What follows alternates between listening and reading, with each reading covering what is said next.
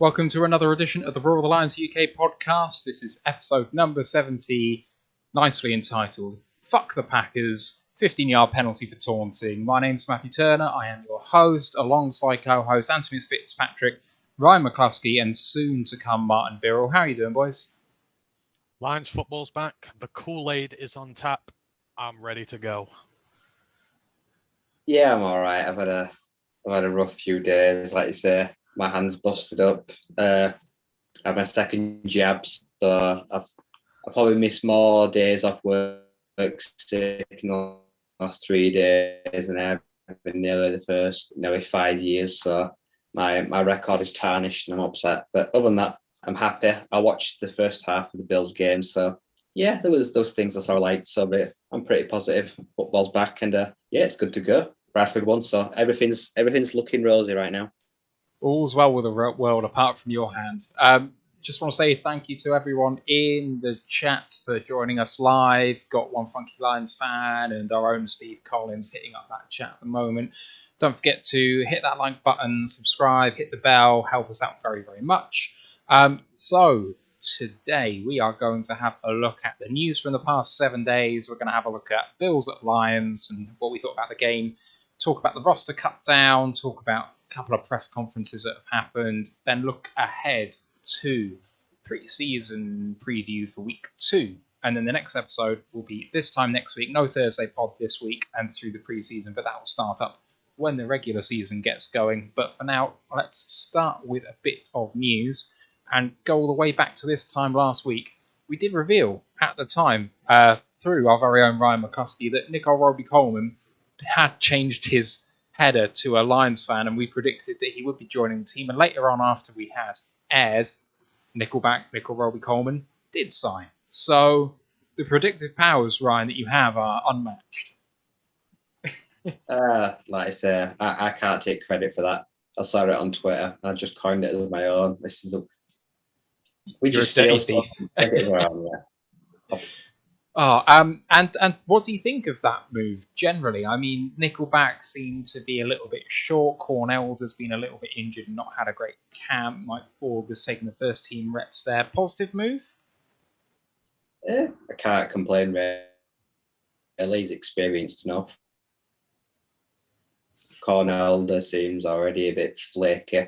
Honestly, I don't know if I can trust him to not be a healthy scratch. Mike Ford is inexperienced but has a potential upside. He's still learning the ropes, like I say, but a key special teams player. So it's going to be one of those positions where it's possibly consistent play. But yeah, we've had Justin Coleman there, so it can't be that worse.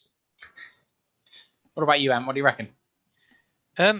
Well, first, as long as he can stay healthy, that would be a good one, because I'm sick and tired of having injured corners at this point.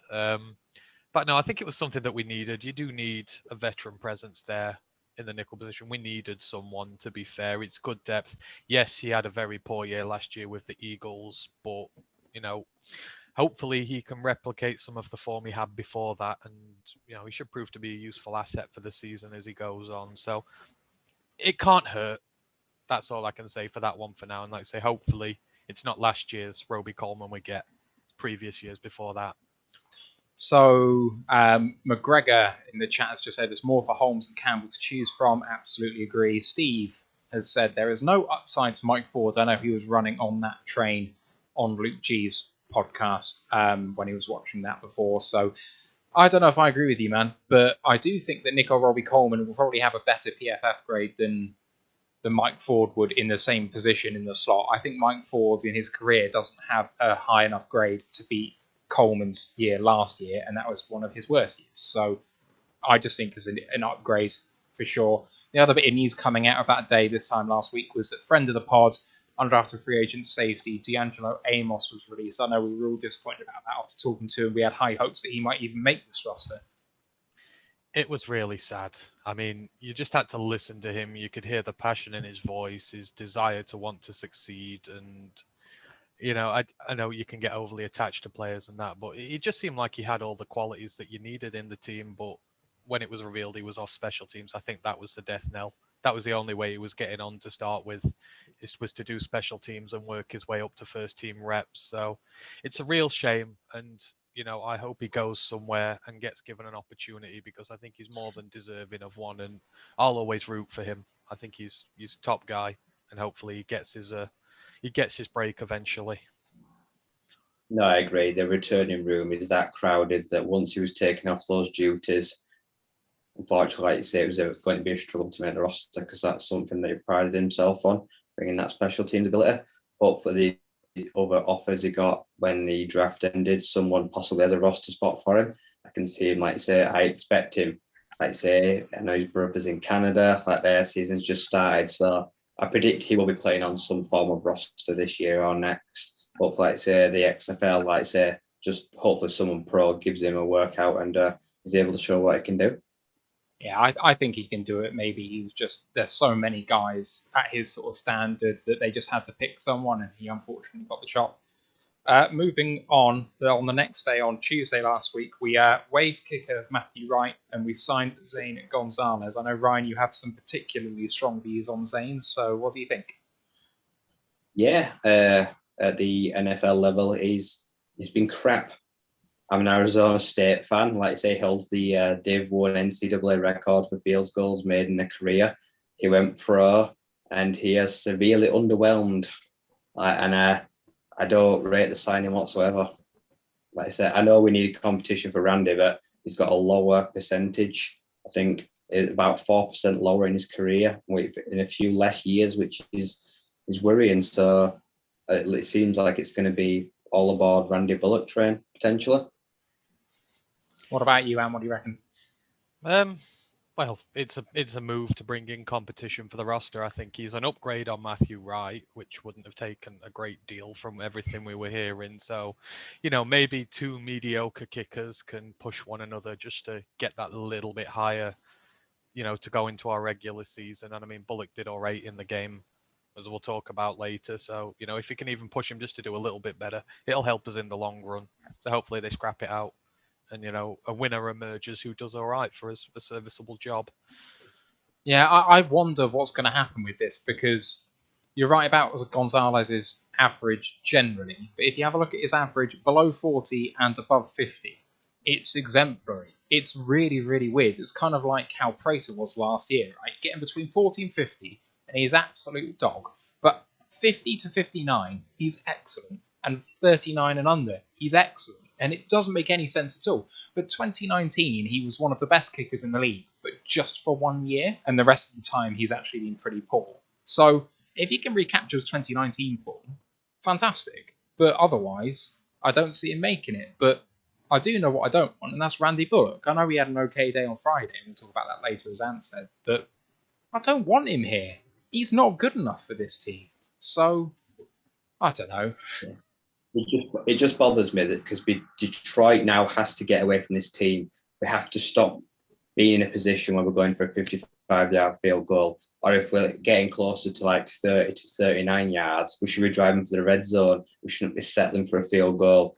These guys that are good in those ranges, to me, should be no good. They're no good here. We don't want them. Like, I want to actually be marching and stop settling, stop 16-yard play drives that need 3 points.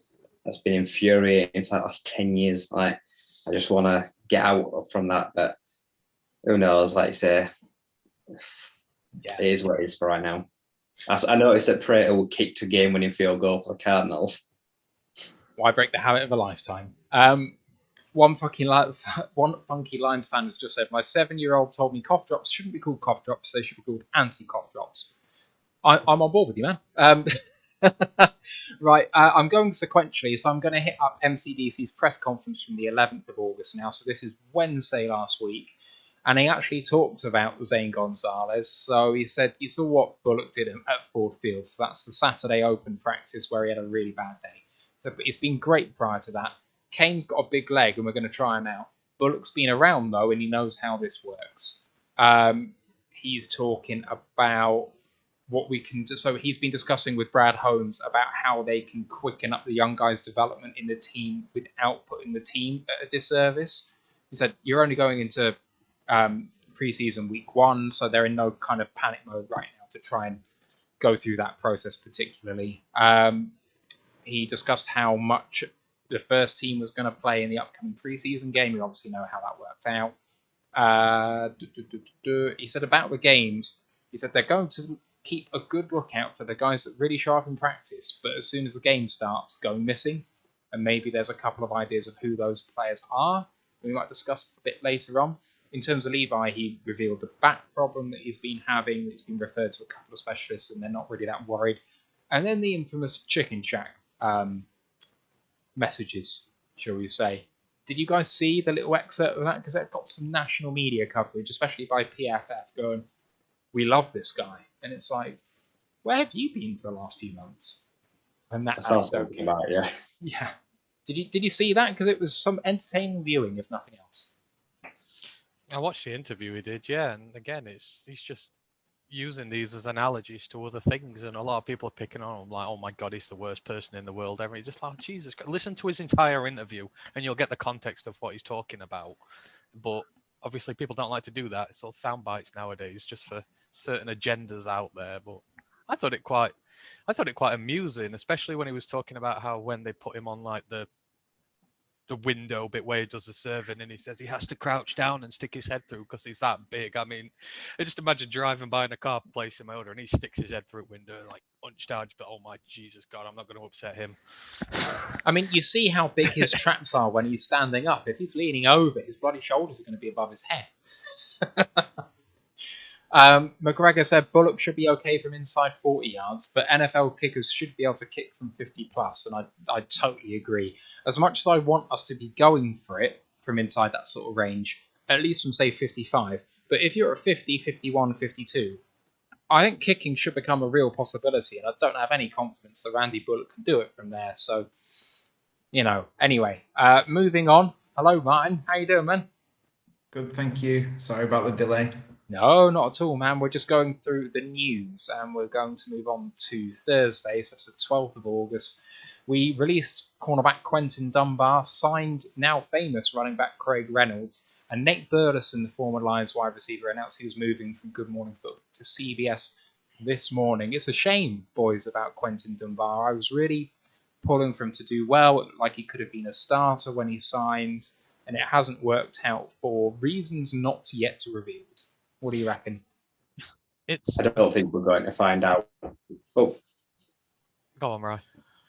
I don't think we're going to find out. Like I say, I saw people on Twitter the moment it was released bashing him, and I just wanted to say, shut up, you dickheads. Like, there's obviously something going on in his life. Like, it's not an injury. Like I said, they said he's missed like 4 practices for personal reasons. Potential, like I say, he's lost someone, or there's something going on. Like I say, I think maybe he's had to go closer to home. Like, I do genuinely feel sorry for him and hope he's okay. Like, it's come as a shock. I feel like he may have been asked to be released. Like I said, I don't feel like it was a team decision. Like, they must have come to an agreement. So I really feel for him. At the time of signing a running back, I thought I was in utter bemusement, to be perfectly honest. But it was an interesting start to his career, Craig Reynolds. So we'll talk about that later. No, I wish him all the best. I hope that whatever's gone on doesn't affect him too badly, and that he recovers from this. But if it's got to a part where he's had to be released, then obviously something's wrong, and it's probably the right decision in the long run, rather than keeping him in the team if there's a problem there and occupying one of them roster spots. And I mean, where one journey ends, another begins. The thing is, we've got a lot of potential talent at cornerback. You're not even counting the 3 with Akuda or Awarie and Melifonwu. You've got guys, the undrafted free agents, knocking at the door who both did well the other day, Jacobs and Parker. So, where one door shuts, another opens. So, we've got a bit of depth there, and someone hopefully will take advantage of that spot that's now available. So we'll see as we go. Running back, so you need a lot of depth there, and we saw a few good performances the other day, which give us belief that there's now a lot more depth at that position behind Swift and Williams. And good on Nate Burleson as well, because he's one of the few people I can stand on American TV over there as a pundit. There's a lot of bad ones. He's pretty decent, and he deserves his promotion where he's gone. What about you, Martin? Any thoughts on those couple of bits? Sorry, I'm still having some issues at the moment, so you'll have to excuse me for a couple of minutes. No, that's fine. That's fine. So for me, Quinton Dunbar is someone that I fully expected to be CB2 this year. I thought that it would be Okuda at 1 and Oruwari at 3 because for all Oruwari being able to flash, I didn't think he was consistent to be that starting corner. Unless he shows me otherwise, I still believe that. Dunbar has done it in his career. He's proven in a season quite recently that he can play at that level needed to be a CB1. So being a CB2, hopefully he should be able to handle that. I worry about our cornerback depth. So, it, like Ant says, it does promote the guys down the roster upper level, gives them an opportunity, especially someone like Jerry Jacobs, who I've got a lot of belief in, think he can probably do a job for us as the final cornerback on the roster, perhaps. Like, I say final cornerback, probably ahead of Melifonwu at the moment. Melifonwu, plenty of upside, obviously going to make the roster given where he was taken, but not had a good camp. So, you need someone else there. But it's a room that I felt comfortable in when Dunbar was there. I thought it was worse than average, and now I'm just very worried because one injury, and that's one of the worst cornerback units in the league, by far, and it's hanging by a thread right now. So that's worrying to me. We'll talk about Reynolds later. That was awesome. But Burleson is one of the most composed, most thoughtful pundits that I can listen to out there. It's not because he's a lion. He's just very palatable and enjoyable to listen to. So good on him, especially for getting out of the NFL bubble, which I imagine is probably a pretty easy rise for him to take. He probably could have gone from there to loads of different positions. I mean, in terms of a positive discrimination sort of sense as well, I suspect his route up the ladder might have been quite easy, but he's actually taken a risk to do something potentially much harder for him because it's not going to come naturally, but perhaps with a higher ceiling in his professional career. So good luck to him, and I hope he does really, really well. Day afterwards, on Thursday 13th of August, Friday 13th of August, so this was the day of the game, we fired our lead athletic trainer, Dave Granito. There's a piece on this by Pride of Detroit, and all of the major publications have one. It came originally from Woodward Sports' Corey Woods, and it talks about the fact that the lead athletic trainer, Dave Granito, who was hired under Matt Patricia, had also been the director of athletic training for the University of Michigan, as well as the Patriots and the Giants, had been fired. Campbell said, felt like this was the way we needed to go. I don't really want to get into why. Our guys were getting the proper treatment, but the communication was one of the reasons why they wanted to move on. And that's communication is something which this coaching staff and front office staff have preached, right? We're going to be collaborative, which comes with a necessity of being able to communicate with each other. I can't imagine how he would have lacked in that regard, but perhaps the coaching staff aren't getting the information they need about how fit their guys are, or something. It's got to be something like that, because I'm not sure what else it can be. But what do you guys think? This came as a massive shock with the regular season 1 month away. I'm wondering if, because obviously he's a Matt Patricia guy, I'm wondering if things ran a bit differently under him, where he was sort of left to his own devices and reported as and when he needed to. Whereas Campbell's more this guy who wants to be up to date all the time. He wants to know everything that's going on. And this guy's maybe not used to doing it that way because, we had an absolute shed ton of injuries under Patricia. So the guys, he'll have been a busy guy there, and it'll probably have just been an as and when thing. I think it'll just be their methodology, which is a bit different. And I think it could be as simple as that, but communication, as you say, is critical. And if someone's not on the same communication wavelengths of you, even if they're doing a good job, which by all accounts he has done, then it could harm you in the long run. So I think it could be as simple as that, but no ill will towards the guy. He seems to have done really well here. It's just one of those things that happens when a new coaching staff comes in. Like you say, it's one of those things. Like it's great to hear that we're fitter and we're hopefully going to get less injuries. But the communication side, like I say, is a worry. How were they doing things last year? If I remember rightly, in the last year or two, at one point we have been investigated for like one of the injury designations, like Stafford. We didn't update it on time. They thought we were hiding something. So communication's key. How it changes through the week with like a concussion stuff protocol, you can very quickly find yourself in hot water or bother. So communication is very important between, like to say, the trainers, to the staff, the management, and to the league. It needs to be a very flawless channel, and it needs to be streamlined. So if there's one weak link, and unfortunately he's in that chain, I feel like it was a move that had to be made. So I don't see any issue with it. So hopefully the trainers and everything can carry on, like say, just a bit better communication. Yeah. The Analytics Den, who's someone on Luke G's Discord that I've been a part of for the past few weeks, which has been really good fun, has come along and said, "Man's insulting American TV, respectable." Good job, Ant. Well done. Just pissing off at least half our viewer base. No. You've said it now. Don't take it back. No. Let me clarify. I like detailed analysts who are, thoughtful and have a lot of, detail behind their reasons and arguments. And there is a lot of people over there who are very opinionated, but they don't back it up. And I don't like that. It's the same over here in our country. We've got a lot of opinionated people who are not, they just put no thought or effort into the work they do whatsoever. But someone like Nate Burleson, as we've said, he looks at everything from every angle. He's very detailed, very thorough. I respect his opinion. And I like people like that. And I'm just not big on the personalities who are clickbait, basically. That's the only thing I meant by that. There are a lot of American presenters I like. There are a lot, though, I don't. So what you're saying is that perhaps you don't watch Fox's Undisputed. I hate Skip so much because of what he says about us. And, He's a moron, Skip Bayless. He's been big on Dan Campbell. There's a lot of guys who just have gone straight after Dan Campbell and they don't look at the context or anything. I appreciate people who put thought into their arguments, even if I don't agree with them. That's the only thing with that. Yeah, I can go with that. I love Americans. Just want to put that on record. Hey, Antonio Jenkins, man, thank you for joining us. And C. Gerald as well. Appreciate you.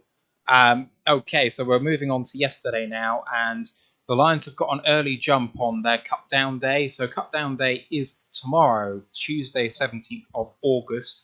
But yesterday, cornerback Alex Brown was waived by the Lions, so we now only have another 4 to get rid of. I do wonder whether we're going to go down to 84 rather than 85, just because they seem to like leaving one space on the roster available just so they can pick someone up if they like someone who's there. However, Alex Brown was a cornerback. He was probably at the bottom of that depth chart. I mean, kind of proven by the fact that he's gone. But it's kind of funny that Quinton Dunbar went. We didn't replace a cornerback, and then another one who's gone. So they're clearly okay with the depth that's at cornerback currently, because otherwise they'd have had to keep kept him, boys. Well, like I say, we've got a couple of talented ones on the UDFA front, so I think either of them are probably better than the one we've just released. I would be quite happy in saying that, especially the bits I saw the other day. I don't think we've downgraded there. I think there are guys ready to step onto that roster should we need them to. And I have a feeling they will do pretty soon. Plus, with the dumping days coming now and the cuts, like some high-profile names the next few days are potentially going to get released. So we could actually pick up a pretty decent cornerback if we wait a day or two. Like if we'd have jumped last week, we might have, missed out on someone potentially. Like I say, some high-profile names like KJ Wright that are still unsigned. So it might worth and bear fruits if we just wait a little extra. I could see us dumping 6 or 7 players tomorrow. I could see him being pretty ruthless. And Ashley Soden in the Twitch chat has just said, isn't there a safety they're also trying a cornerback? Maybe that's part of the reason you are talking about. My man, Bobby Price. Yes, he gave up the big completion on 4th down, but he also had the only pass breakup of the game for the Lions. And generally, apart from that one play, had a reasonable game. So, yeah, maybe that is part of the reasoning as to why they've been comfortable letting her go corner. If they're cross-training Bobby Price at outside corner, they're cross-training. I say they're cross-training. Mike Ford is an outside corner who's cross-trained at nickel. So he's just going back to his original position in the first place. So there seems to be a bit of depth there, perhaps. But no one I'm really comfortable with, potentially. Nah. Anyway, final piece of news we have is from today. Dave Burkett of the Detroit Free Press has said that Dan Campbell revealed that Levi Onwuzurike will practice today on a limited basis, but DeAndre Swift is still being held out with his groin strain, I want to say it was. So, promising news eventually for Levi. He's going to see the field at the back end of camp. So, fingers crossed he can actually make some progress, because he was repping with the third team pretty much all the way through camp. I know that he had a steep learning curve, but he is a second round pick. I think we all expected a little bit more from him by now. Well, am I not right in thinking that Okuda went into the games last year already injured? I think when he went into the start of the season, he was already carrying an injury. So it's good to see that they're not risking his long-term career or his season by throwing him straight in there. If there's an issue that needs dealing with, as there appears to be, then let's get it sorted now and let's get him ready for the season and get him at his fittest to go. Because, I mean, we're not short of options on the defensive line at the minute, so it's probably one of those positions we can just afford to nurse him to the position he needs to be before we use him, because he's going to be a really big player for us and we need him at 100%. And I'd rather him be at 100% than playing at 70 or 80, especially if it's a back injury. You know, if he takes a stinger or anything like that, that's going to potentially make that even worse, then, you know, we could lose him before we've even started him. So let's get him right, and then let's get him going. I know he's a rookie, but I actually think there's a few more people on the defensive line that need these preseason snaps more than he does. Like I said, we're going to talk about a few of them soon, but there's going to be some big decisions that have to be made in that line. We're carrying a bit of dead weight, like I say, and we need to sift out who that is. As Dan says, some of them are doing well in like training and camp, disappearing in games, like I say. So with Levi being held out for an injury, it should be pretty easy to find out who those are. We're going to free up some roster spots, potentially getting rid of a few defensive tackles as it is. Yeah. C. Gerald has said Price was only a cornerback for 2 days before the game. You're absolutely right. Dan Campbell revealed that in the press conference, which I'll talk about in a bit. But he'd only played cornerback, or he only started training at cornerback 2 days before the game. And then he basically played there all game, didn't take a rep at safety. So that's pretty mad, given the number of cornerbacks on this roster that even happened. Like, I don't get it. I know that you're going to hold out your starting two, but that still leaves 3 or 4 guys who had room to play there. I do not understand that, but we'll get onto the game in a minute. Final bit of news is that by request on our Facebook group, Detroit Lions Fans UK15 Worldwide, we were asked if we could run a poll regarding the rookies, and outside Penny Sewell, who was everyone excited about seeing. And actually, the results were a bit more varied than I thought. It started out with just votes for Amon Ra and Aleem McNeil, which I think was quite predictable, but it did split out a little bit. A couple of votes here and there for Ifeatu Melifonwu and Levi Onwuzurike. But the winner marginally was Aleem McNeil, followed by Amon Ra. So, any surprises there, boys? Or did you think maybe that Jamar Jefferson was going to get a shout? Or Derek Barnes? I think Derek Barnes, if you'd asked this question 2 months ago, would have been right up at the top of that. I don't know. If I had 20 votes and could vote for 2 players, then Jamar Jefferson would have been up there. But I don't think there's too many people. I think the draft class has been that good that not as many people are thinking about him. I'm not surprised it's McNeil, though. He's in 5 years, he's probably going to have had the biggest effect on this franchise of them all, in my opinion. So I'm not surprised he won. I like Melifonwu, but realistically, he's probably going to have the least impact this year, if anything. Could see the least playing time. I don't think he's going to come good for maybe 2-3 years. It's going to take a lot of work for him. Like I said, he's working his way inside out. Because like I say, there's a lot of people in front of him. So he's going to have to work exceptionally hard on special teams, I feel, to even take snaps on the field. So he's going to be a very slow burner. But like I said, I would have gone by Amon Ra. Well, we saw why, I think, as well. Yeah, what a performance. And let's move on to the game now. Just focus on a couple more comments we've had. JGB, how you doing, man? He said, can't evaluate thoroughly when MCDC says he did things just to see how certain guys did. This second preseason game should tell us a lot more about the team. Completely agree. And Nathan, thank you for joining, man. He said Price may be the best athlete on the roster. He's a big fan. And Big Wes Kivenan says Price has a lot to make the roster because of special teams value. He could become a good cornerback in time. While cornerback could be the right position for him, I think he's the right build to be a safety. And while you can cross-train him, I really would love to see him take that second safety role from Will Harris, because with that athleticism, because Will Harris is also athletic, right? You're replacing like with like, but potentially someone who is more intelligent and might have a better instinct for what's happening than Harris has ever shown in his career so far. Now, Harris has had a good camp and potentially is showing more than he ever has done in his career so far. But I'm going to say the upside is all with Price, and especially time is on Price's side compared to Harris, who's rapidly approaching the end of his rookie deal. And I cannot see how he could get re-signed at this point. Even for veteran minimum, I don't see how it can happen. Are you proud of what you've done to our chat? All it is full of Bobby Price now, and that's because of you every single week. You're just slowly warping the minds of everybody into believing about Bobby Price. So it's just that's what you've done. Yeah. This group of safeties still has massive question marks over it. Like, you'd feel like that's a place where Bobby Price could really make his own, because I really worry about this. Like, I do not want to get to a position where we get one or two injuries and it's Walker, Holder, I think his name was, and CJ Moore. Because if that's like, we have safety packages like that, we're going to get fisted on the rear end at times. Like, I worry.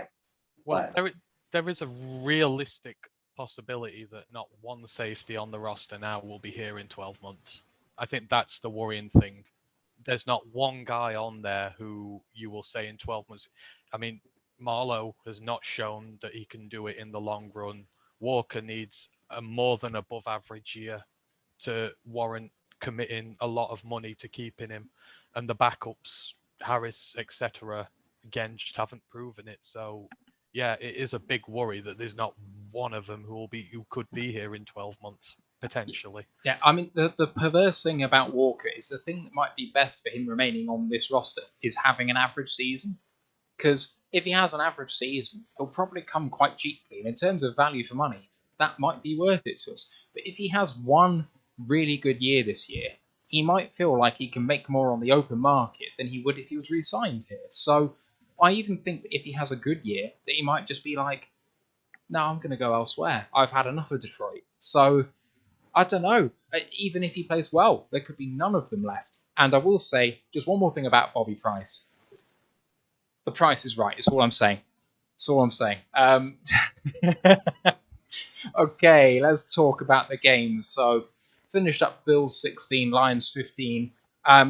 Let's just go through a little bit of general overviews of the game, and then maybe we can split it down as I did in my article on ROTL, which kind of focused on offense and defense for the starters, and then best of the backups that played actually the majority of the game. So, what did you feel throughout the whole game, boys? What came out of it for you? What was the kind of major talking points? The defensive line, I think I was pretty impressed by like the second and third stringers. I thought they actually worked pretty well as a unit. They were pretty tight. They worked reasonably well at setting the edge. Like, we did struggle a bit. Like Julian Aquara came up to try set the edge, and he proved he was too small to do that. He isn't going to be able to do it. I've said this already. One of the standout players for me had to be Kevin Strong. Like, for him, he had a fantastic day. I remember one player where he was like almost swallowed up with a double team. He managed to swim out of it and still like wrap up in the middle and reduce the running back for maybe 3-4 yards at most. Like, he looks really good. Like, he looks well conditioned. Like, and I didn't realize he's only 25. I feel like he's been around here forever, but he's really young, and he's someone that's going to learn immensely off Michael Brockers. Like, he has got to make this 53 for me, but only if you can show consistency in your other games. But I feel like he's got more upside than Nick Williams. Like, I'd hate to see him sacrificed for someone like him.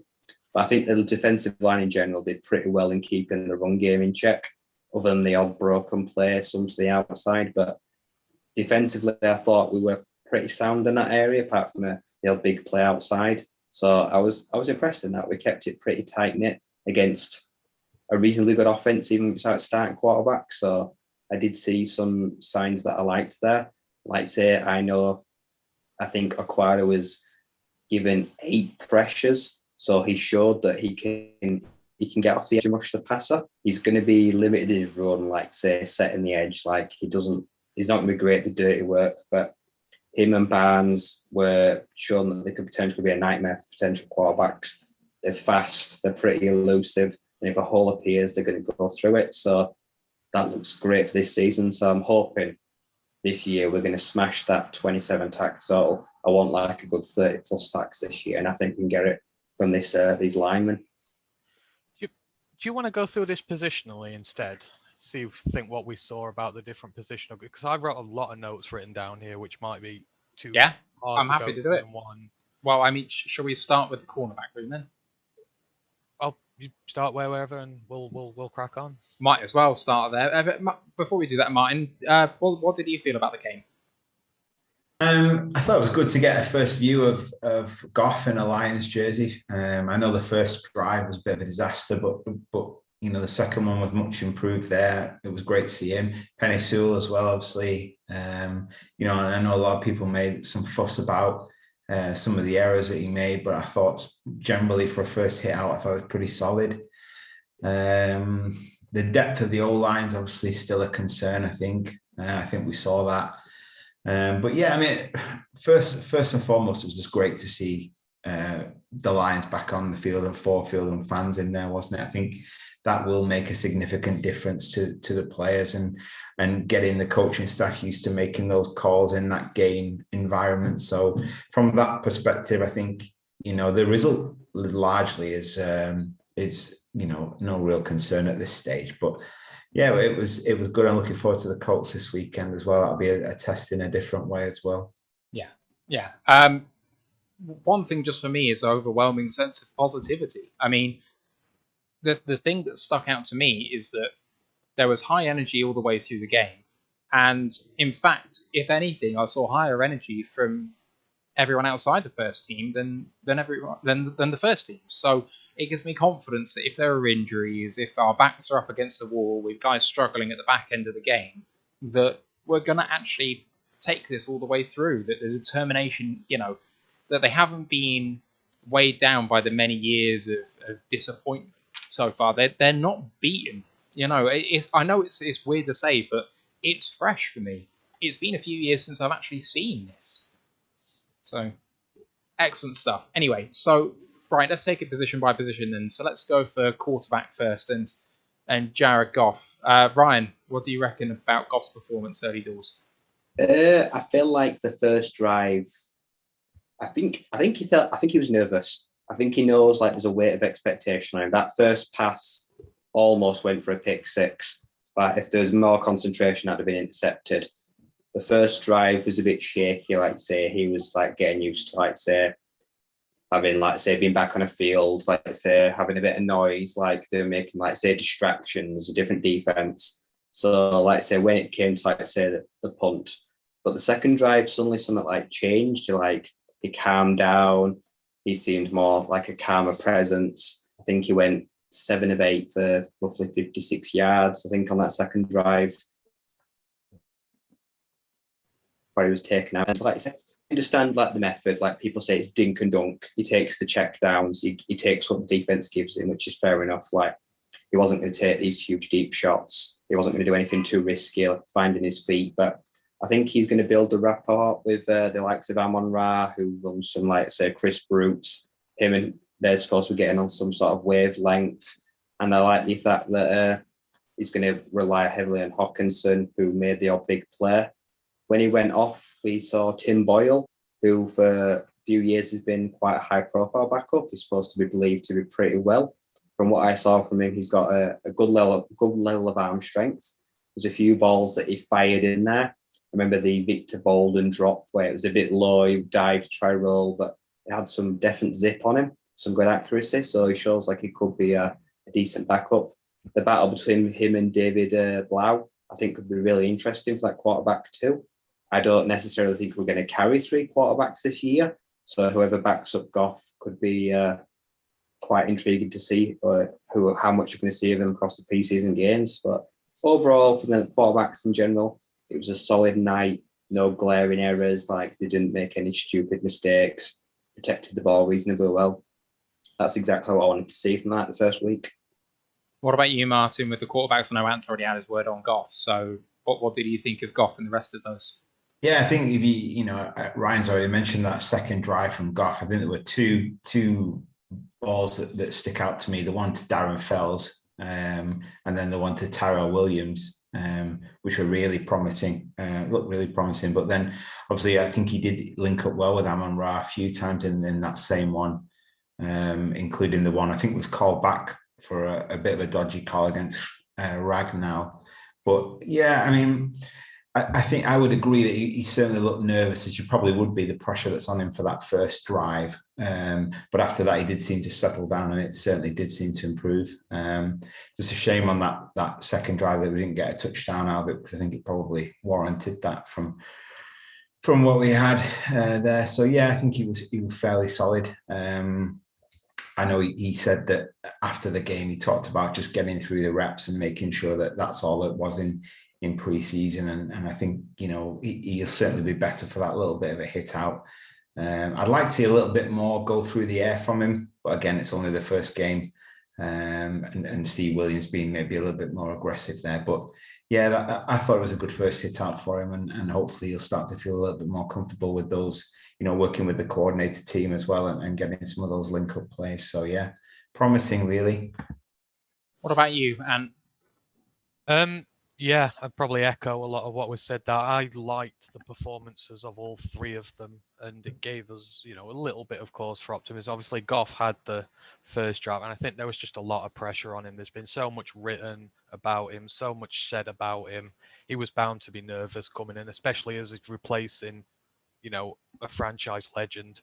And I think that showed on the first drive. Everyone was a little nervous, but after that, he got better. There was that lovely pass he did to Darren Fells where he put it in a nice little pocket between two defenders, which was good to see him get his confidence there. And yeah, you saw a little bit. You saw him get better as he went along, and hopefully you'll see that more as preseason goes on and as he gets comfortable with the system. I think the battle for quarterback 2 is very intriguing. Now, everyone knows I'm a massive fan of the Laser Show, Tim Boyle. I think he's really good, and I think he's, just waiting for an opportunity somewhere. He was probably put under more pressure than out of all the three quarterbacks. He was put under so much pressure in this game, and I loved how he stayed so calm in the pocket. There were 2 throws that came to mind. The screen throw out to Jamar Jefferson when he was about to be decapitated. He didn't get worried. He didn't panic. He looked, he found his pass, and it was a good throw out to the side, in fairness. And there was the deep throw to Bolden as well. And I think Bolden messed that up. I don't think it was a bad throw at all. I think Bolden dropped it, and he didn't have a good game after all the hype we've been hearing about him in camp. But the other thing that stuck out about Boyle was his mentality. I mean, he got chop blocked and had his ankle rolled and was going off the pitch, and he said, no, I don't want to come off. He came straight back in and he started making throws again. I love seeing that's the attitude that Dan Campbell espouses. The players, they don't just roll down and go off the pitch. They get back, they stand up, and they carry on going. And I thought overall he had a really good game. He mixed up well with Tom Kennedy. I think he threw at least 3 throws to him, maybe 4.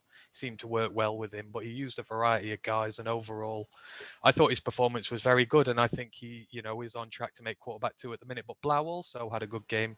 He made some more of the deeper throws we had that day. I think there were at least 2 quite deep throws he made successfully. And I think he struggled a little bit more with pressure. But I think on the whole, from all 3 of them, I was quite happy. But for now, I'd be taking Goff and Boyle, sorry. But, we could use all 3 of them. I like what I saw. Yeah, so for me, with Goff, I loved his link-up play with Amon-Ra and Tyrell Williams. I thought that was really, really encouraging, especially considering the number of wide receivers we had out. We didn't have exactly a lot of weapons going. And there was a good point made by, where was it? Big Wes in the chat just saying, with TJ, Swift, Perryman and Cephas all sitting out, it did not help the quarterbacks, and I completely agree. So, what happened out there with Fells, as already mentioned, Goff was very encouraging. And actually, I came away from the game feeling happier than before it started with relation to Goff. For Boyle, from what I saw with the throws, I was okay with it. Like, he put guys in position to make catches that should have been made and just weren't, and that isn't his fault.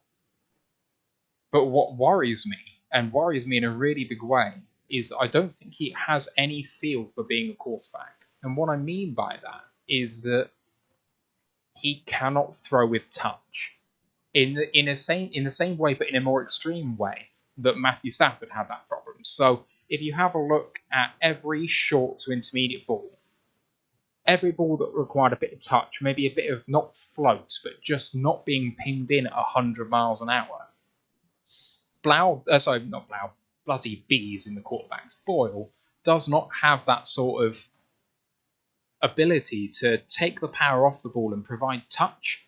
In terms of catchable balls, Boyle does not have it. And that worries me, because if you are behind in a game where you've got to throw bombs against a defense that's sitting off you, I will take Boyle all day, because he's the guy that can do that. But if you want a guy to lead your offense in every quarter not called quarter four, I'd rather take Blau. And that's a much longer period of the game, because Blau actually has the touch available to get the short throws in, as well as put some longer throws out there. So Boyle played fine, and the receivers did not help him. But I'm worried about him in terms of being able to play this position. You hear about him and about how some of his throws are just wildly off target, and it's like, I think he's an NFL player learning to play quarterback, whereas Blau's out there as a quarterback learning his trade. I don't know if the nuance of that point is getting through, or whether I'm putting it very well, but do you guys kind of get what I'm saying or not? But he was under immense pressure. The O-line gave him no protection whatsoever, and he made good throws. I mean, like I say, the screen pass out wide, the deep pass to Bolden, the Sage Surratt one in the end zone. I mean, that was put in a position where the defender couldn't get to it at all, and only Surratt was able to catch it. That was a lovely throw. Maybe just a couple of inches maybe to the left would have been fine, but I thought under the amount and the pressure he had, he performed extremely well. And, we criticise Goff for not being good under pressure, but Boyle is good under pressure, and he makes the throw. So I think that's a little harsh on him. Yeah, I don't think Blau deals as well with pressure. No, I completely agree with you there. And that's probably one of the biggest attributes you need as a quarterback. Yeah. All right, so let's move on now to the running backs. So in terms of the guys that saw snaps, we had Williams leading the way as the starter with 9 carries, Reynolds with 6, Mills with 5, Jefferson with 4, and Igwebuike with 1. How are you guys feeling on that running back room? It was a bit of a rough start with Williams, but maybe not entirely his own fault. Let's go to Martin first on this one. If you come off mute, man, that would be ideal. Obviously, missing Swift was where we would see, I think, a lot of snaps next year going to him. But I was quite quietly impressed with Williams, but I always liked him. That's hard. That's too hard of a word. I didn't like him at the Packers, but I always appreciated the job that he did for the Packers, and I think, he will add to that. But I think, we will be looking for Swift to be the number one guy there, and I think it's a shame we didn't get to see him. I would have liked to see him that opening quarter on Saturday, but hopefully we'll get to see him maybe this coming week. I don't know where he is with his injury, but I didn't see anything that blew me away. I didn't see anything that I thought, totally blew my socks off. But I think that, it will be a position that I think we've got reasonable depth in, and I think we saw some of that on Saturday. But yeah, again, I think for an opening hit, I thought that group did reasonably well, and I think with Goff probably preferring to go that route rather than put it to the air this week, you saw it probably a little bit more. But yeah, I thought Williams on debut was pretty good. So yeah, not too much more on that.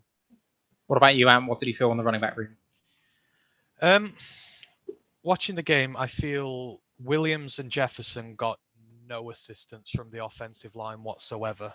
There was very little room made for them to go to do what they do best. I mean, I think Williams' first 8 carries went for 13 yards. Now you can see the effort from him, but he just got no room whatsoever to work. I mean, it was the same with Jefferson. I know he only had 4 carries, but I've been a big proponent of him, and I watched very closely, from sort of similar to what we did when we did the review there.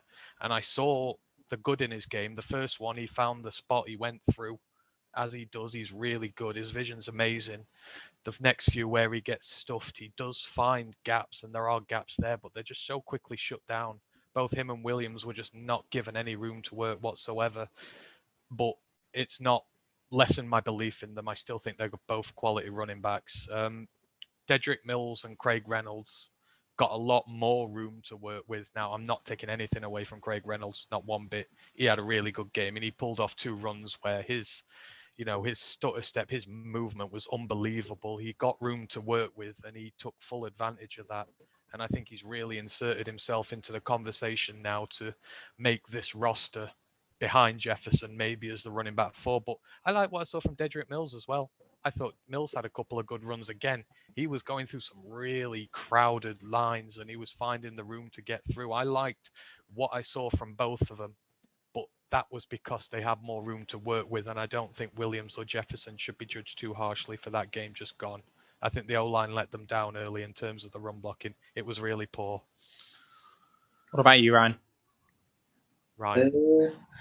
I agree. Like I say, the Williams was sold down river. I thought the play calling, like the run calls, they were a bit naff. Like that O-line was struggling to run, and like it was a lot of powers and stuff like that. Like they were trying to hit like A, B, and C gap. Like there was no attempt to even try like bounce it outside and see how well they were setting the edge. Like they were very stuck in their ways, and that it's a bit of Juice Staley, a bit of Anthony Lynn. Like they weren't very deviating much from like what holes they were picking at run up. So they didn't really help themselves at all. So it's no surprise that Williams tried to carry the load and had about 15 yards to show for it. Like I say, it gave me those like AP vibes, and we'd start on a counter strip or a power strip, the A gap on the first play. Like so, there wasn't much dynamism in the run game. As we trickled down the pecking order, I think it did sporadically get better. It did help that the O-line settled into the game a little bit. Like I say, they found their feet and they got their time together. So like I say, the likes of Dedrick Mills and like Craig Reynolds was a huge surprise. I suppose we shouldn't have been that surprised though. Like he kind of got there with zero expectations. He looked like he just had fun. Probably only knew very limited of the playbook, so he kind of just made it up a bit as he went along, and it seemed to work. He managed to find these holes, break the odd tackle, like broke off a decent run. So I think it was very hard to judge the run game, because I think it was there's a lot of moving parts there, and they weren't all moving at the same pace or in the right direction. So teething issues, but it was a bit of a slog. But we'll get there, like you say. Hopefully we'll see a bit of Swift once he gets back to practice tomorrow. I think you make a good point about Reynolds, and I think for me, I think that third spot, I think we know Swift and Williams are going to be the first 2 guys, but that third one, I think Reynolds put himself forward there with the game on Saturday, and then certainly probably moved ahead of Jefferson for me on that showing. But I mean, obviously Jefferson's a rookie, so can still do a lot of improvement. But I think it's going to be interesting that the competition for that third spot, and that was obviously interesting to see at the weekend. Yeah. So Ashley Soden on Twitch said, just on the quarterback chat we had before, if you could combine Boyle's arm talent and Blau's mental side and work ethic, you'd have a really good QB. On the mental side, actually, I'm going to go with Ant and say that, Boyle's got a great mental toughness that you can't replace, but the work ethic, I'm sure that Blau's the guy for that. But the arm talent of Boyle, especially long range, maybe Blau in the short to intermediate range. But there we go. In terms of what's been said in the chat about the running backs, we had Rams House say Williams missed some holes and cutback lanes, but I think it was the plan. Not sure about that, but maybe it was. I mean, Ryan was saying, it's all power ABC gap. And actually, it's a really good point from my perspective about not testing the edge, because the starting edge players for Bills were both draft picks this season in Greg Rousseau and Boogie Basham. 2 guys not vaunted for their run defense, mainly pass rushes. I know that Boogie Basham's a bit of a bigger guy and Rousseau's an absolute beast, but people think that Rousseau might have to move inside just because he's an absolute monster. And Basham, he's more of a pass rusher. He just is. So test them in run defense, for God's sake. I know that it's not about trying to beat the Bills. It's about finding out what you have in your own guys. And Campbell came out in the press conference and said, I don't really care what the Bills are doing. we were running our playbook and just trying to find out what we can do in our playbook. And I was like, okay, that's fine. But it'd be nice to see if they could do different things that are advantageous matchups in this game and then test the advantageous matchups in the other game, which might be different. I don't know. My own perspective. What else do we have in the chat? We have someone disagreeing with you, Atton, about the Sarat pass, saying that it was a really bad one. I don't have any opinion on that, really. We have... So that was Ram's house as well. Big Wes says, let's hope Goss stays healthy because he's got no trust in Blau and Boyle. And then people talking about Victor Bolden. So we'll go on to... McGregor said the Bills starters outplayed the Lions O-line. I'll talk about the O-line in a second. But for me on the running backs, I'm giving Williams a pass and Jefferson a pass. I mean, like you both say, they both had basically no chance given what they were given. In fact, Williams did really well to not have negative yards on the day because he was getting hit in the backfield every bloody time. So him actually having positive yardage is amazing. What I will say about Williams, what I will say about this starting offense is that is similar to the rushing performance I have seen from the Detroit Lions in the last 3 years. It just looks like every time we've ever had a power back in the backfield, we'll go, ooh, we've got this former Patriots running back who's come in and he's going to be the short yardage guy. And it's like, why is he always getting negative yards? Because the O-line doesn't look like he can do it, and that happened again. Mills and Reynolds, I'm taking it with a massive pinch of salt. They did it behind O-line, who apparently can't play football, if you believe some of the Lions beat writers, playing against a defensive line in the Bills that probably none of them are making an NFL roster. So they did well given what was in front of them, and you can't ask for any more than that. But I'm going to ask them to do it against better opposition, and hopefully they get that opportunity to now go into the rotation for the next game to prove it in front of better opposition, because that Steelers D-line on Saturday is going to be no joke, especially the starters. So we'll see what happens with that. But let's move on to... Should we do receivers or O-line? Let's do O-line, because it relates to the running back room. So let's start off with Ant this time. How do you feel the O-line did? It struggled to start with. Obviously, there was the pressure, the sack on the first drive. We're not going to go into too much. Obviously, it's a preseason game, but their run protection was poor. As we've already mentioned, Williams and Jefferson had literally nothing to work with against that first string defensive line, which was a shame, really. And all the quarterbacks got put under a lot of pressure. Goff got put under pressure. Boyle got put under a hell of a lot of pressure. I think the second stringers did all right. I'm finally glad to see Logan Stenberg getting game time. He had a really good game, and he impressed as part of the second string, and I would like to see more of him going forward. And, I know a lot of them said they didn't do their jobs, but Dedrick Mills and Craig Reynolds had a lot more running room later in the game than the first stringers managed to pull out. So I think the first one, it's just, we've got such high hopes for this offensive line. And that's when I said a few weeks ago why Penei Sewell could be the disappointment rookie of the year. This is why. It's not because I don't believe in his talent. It's that this offensive line has such ambition and there's such expectation behind it that if it doesn't click immediately, then questions will be asked. But I'm not overly concerned. It's a preseason game and they're gelling and they're getting to know one another. I think Vaitai got done a few times, which is concerning because obviously that right guard spot is such a Achilles heel of that line, and it's not going to be helping Sewell because obviously as a rookie you want a guard next to you who's good at his job to give you the best chance of success. There were a lot of times when Vaitai got beat, which put Sewell in impossible situations.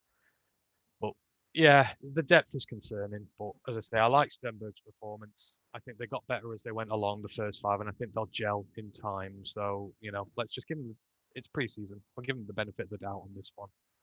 Yeah, I think that's the same for me too. It's preseason. I'm not going to read too much into it. O-line is one of those ones where you've just got to have the reps and have the snaps, especially in game situations, to get that chemistry. And you know what? Sometimes practice just doesn't do that. So it'll come. But Big V did worry me. He was the main reason that the sack occurred. Now, the sack actually happened. The first guy arriving was the guy who beat Sewell. And Sewell almost recovered to stop him, but he kind of touched touched Goff when Goff fell over, but Goff kind of fell over of his own accord, really. But he did have 3 guys in his face, and the guy who absolutely pancaked Vaitai would have hit him properly hard if he hadn't gone down. So that worried me about Vaitai. And then the penalty called on Frank Ragnow, and very blatant on Ragnow's part for me, was only a call because Big V completely missed his block inside, and Ragnow had to make a decision of let my quarterback be murdered or put my arm up there and hold him so he can't get past me. And, so I like the play on Ragnow's part, especially because that's going to hurt him because the flag's on him. But it was all on Big V that. So I want to see improvement from Big V. Otherwise, I was actually really pleased with Sewell. He got beaten on 1 rep, but otherwise, he did quite well on that right-hand side, especially against someone as strong as the guy that I just said, Greg Russo, he was up against for most of the day, because I think Boogie Basham was coming off the right-hand side. So I was really pleased with the starters, and as you say on the backups, Stenberg had a really good game on run blocking especially. Down the depth chart, not so great. Darren Paolo, Evan Heim took some snaps and didn't do particularly well. Heim obviously then went off with an injury. Jonah Jackson actually from the starters didn't have a particularly good day too. So, it's one of those. I'm hoping it'll come with those starters, and I'm hoping none of them get injured because I really, really worry. Let's go for Ryan next up. Like you say, it's hard to judge an online based on a preseason. What I know is what I know before. Don't like Vaitai. Didn't like him then. Still don't like him. That play where Sewell is beaten, he has to take that one on the chin. He was badly beaten by Russo, but Vaitai fucked up also. Like I say, because there was a big room for Goff to step up into that throw. It could have escaped through a hole between them, but he did just as poorly. And he needs to take some flack too. I've seen a lot for and all that on Sewell, but that right hand side, they both messed up. To be fair, like they gave him no escape route. Like I said, they gelled later on. They slowly grained in. I was glad to see very limited to no false starts. So at least their timing was better. Because with Sewell moving to tackle, like you say, listening on different sides, like that could have been an issue. We know he's false started a few times in practice, but he managed to keep that down, so that was good. Like he's getting snap counts down on the cadence, which is half the battle. Like I said, it's one of those things. Like this line is one bad injury away from suddenly going from like maybe a top 11, 12 line to a top 20 line. Like the depth does worry me. Like I say, Stenberg, Dan Campbell has used the words, is turning a corner. I'm not sure what exactly that means because I think we heard that 12 months ago. So we do need some sort of depth or someone to be able to challenge and work out potentially at guard. I would have liked to see what Drake Jackson could have done, but he's unfortunately not here. Like I say, the depth does worry me. Like I say, Matt Nelson, Dan Skipper, Jonah Jackson, hopefully he's able to build on what he did last year. So I'm not going to worry yet. We'll see what they do in preseason games. If we do need to bring someone in to shore up the line, then I'm more than welcome to do that last minute. But yeah, it was a slow start that gradually improved. What about you, Martin? Any thoughts on the O-line? I think, I mentioned it earlier, I think the depth is going to remain an issue. Just what I wanted, where is Crosby up to with the hamstring injury? Do we know? I think that he probably could have started on Friday. I think that's the impression we got, is that he's being held out voluntarily just to heal up properly. But I think if it was a game day, he probably would have gone. One of the things I was interested in is Matt Nelson. He played guard on Friday, and I know in camp he switched between guard and tackle. So, it's probable then that we've seen enough of him at offensive tackle to say that he's probably going to be the backup guard. So I thought that was probably one thing that came out for me. But I'm with Ryan. I think we need recruitment in this area because any injuries to that starting lineup, and we're starting to look very vulnerable there. And I think Boyle was lucky to make it out alive a couple of times with the pass rush from the Bills. So, yeah, I think we are only an injury away from a disaster in that area. So it would be nice to see some backup come in there that we feel could add to that. Just want to give a shout out to Det Fan Man and Dom Burr. What up, Doe? We move on now to the wide receivers. So the guys that actually made receptions in the game, there was quite a few of them, but leading the way was Tom Kennedy with 4. Then a load of them on 2: Javon McKinley, Tyrell Williams, Geronimo Allison, and Amon-Ra St. Brown. And then a load of guys with 1, including Khalif Raymond, and then a load of running backs and other players out the backfield. How do you guys think that we did in the receiving game? We'll move on to tight ends in a bit. Let's give Martin a start now at wide receiver. I think I've said a few times about the wide receiving depth. I'm really concerned about. I mean, Goff didn't really go to the air very much on Friday in the start, but then I didn't see great things from the wide receiving group, and I really do feel it's got to be a priority recruitment area for us. I would be really worried going into the season with the current group that we've got there. So yeah, I don't have really a lot to say about that group in particular. Really, I didn't think we used them a great deal on Friday. So yeah. Yeah. We, I don't know. It was a very mixed bag. The ball was spread round pretty evenly. There was a decent number of rotation, but at least half the guys, their only reception was under 10 yards. So that short to intermediate range seemed to be worked quite massively. Like I say, there was check downs, so running the odd like 5 and out, 10 and out. There wasn't anything too brave or gutsy. Not many shots downfield.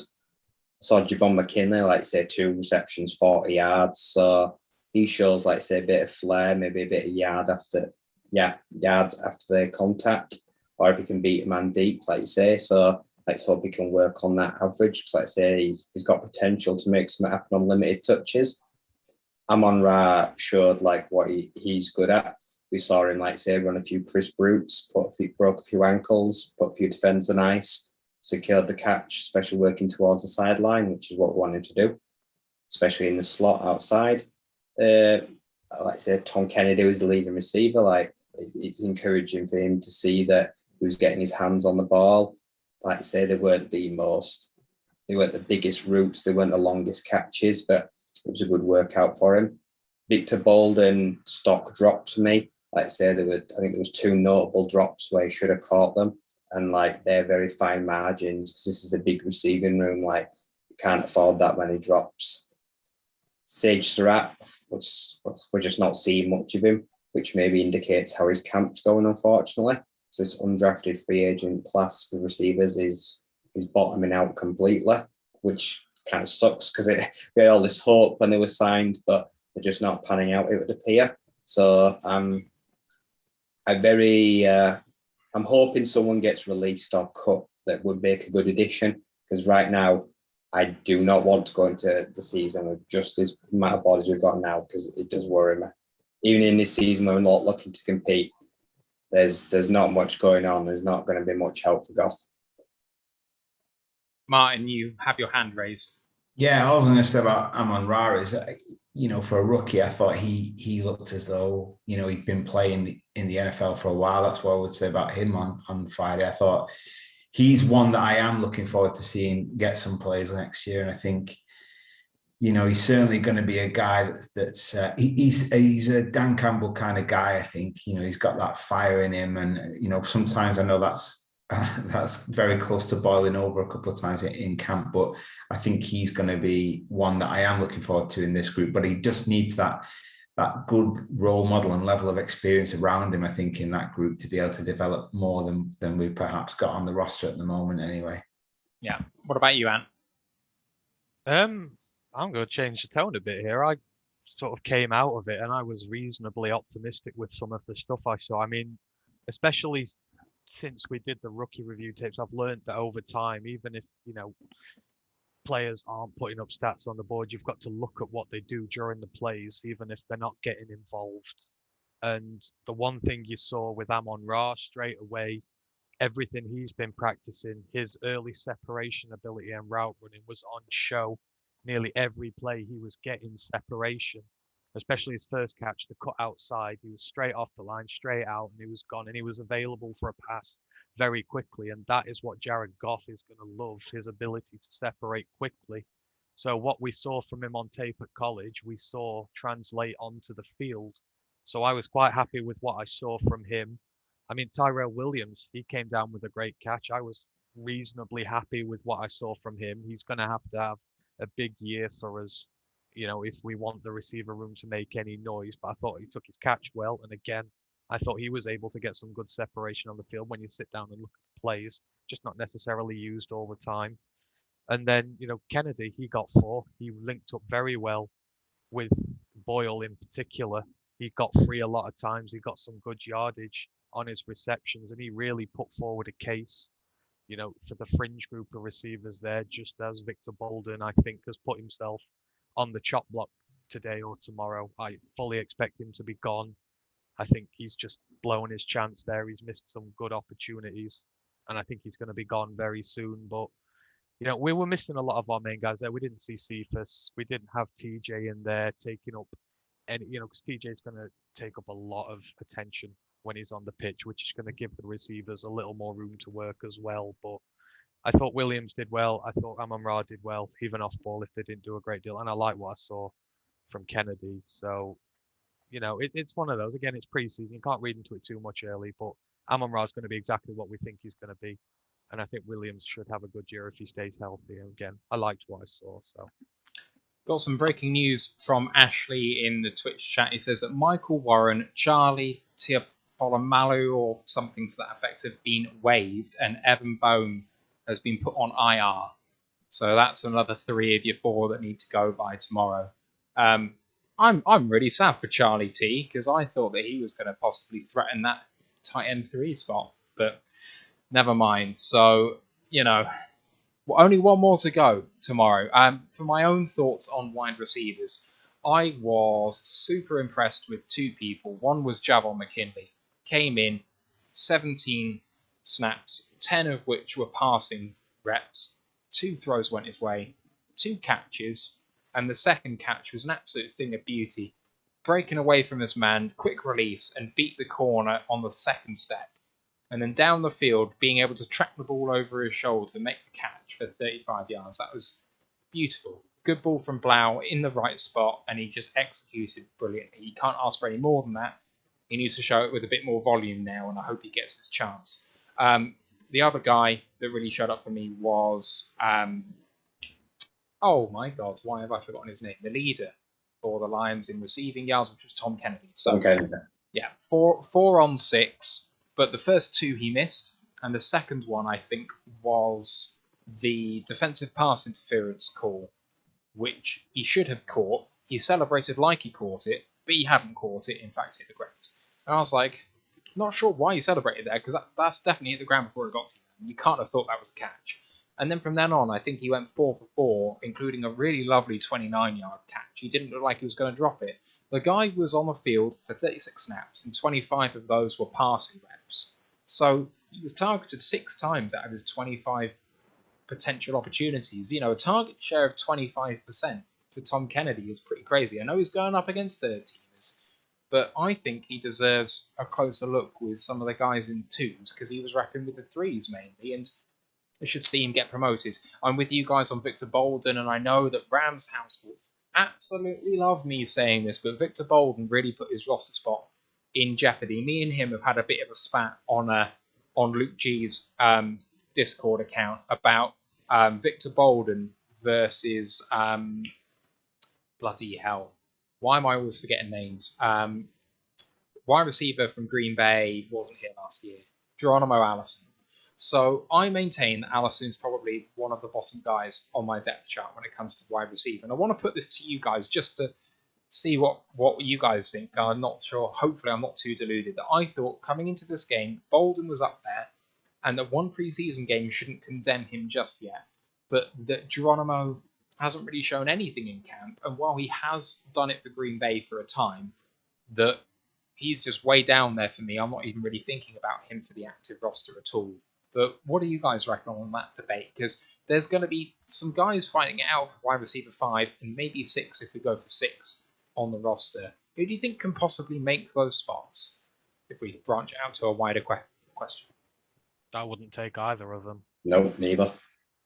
Well, that'll settle that then. Congratulations. Allison's been here a lot longer. He's been here nearly two years now, maybe. Well, he opted out last year, and that was his first year here, so he's been here just as long as the rest of them. When he was in Green Bay, there wasn't much to go on him. Like you say, they didn't make much of an effort to keep him, or they watched him leave. He's not really shown much to date in his career. I don't really think either of them have got a crack even at 5.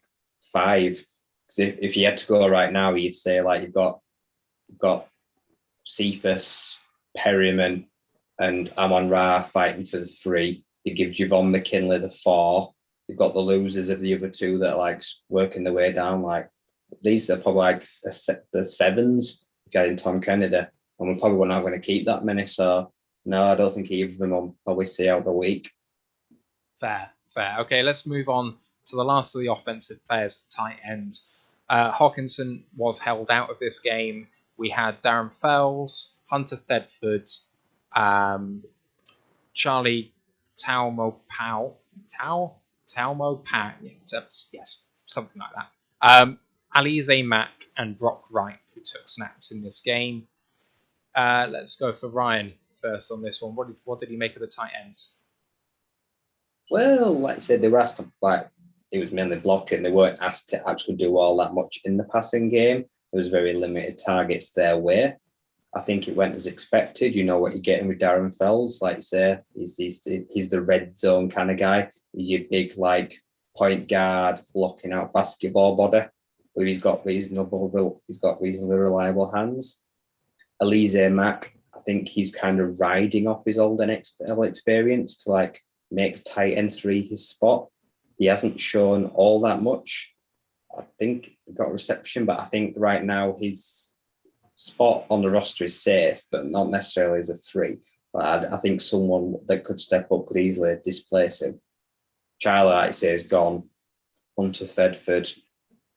And who's the other one? Like I say, I had Brock Wright. Like I say, well, the fact I can't remember their names tells you I don't know how well they did blocking as extra blockers on the end of the line, but I think it was a tiny sample size for tight ends, a very hard day to judge them. What about you, Ant? You agree? Yeah, I mean, Fells did what he needed to. He had a really good catch off Goff early on. He shows that he's still good as a receiver if you need to use him there. And his pass blocking grade, perfectly respectable. I think there were 69 and 71 for pass and run block respectively. So you average at 70. It's a decent game, that. He got good reception. He's done what he can in that game. And I think he's going to make a good tight end 2 here. But I think we can agree, whoever makes tight end 3, there is a massive drop-off from Darren Fells to tight end 3. A massive drop-off. And that's just going to be a problem we're going to have to deal with this year. I mean, TJ's a big hunk of metal. He should last most of the season. Fells back him up. Hopefully we don't need to rely on the tight end 3 very often, and I wouldn't really be investing much money in it anyhow.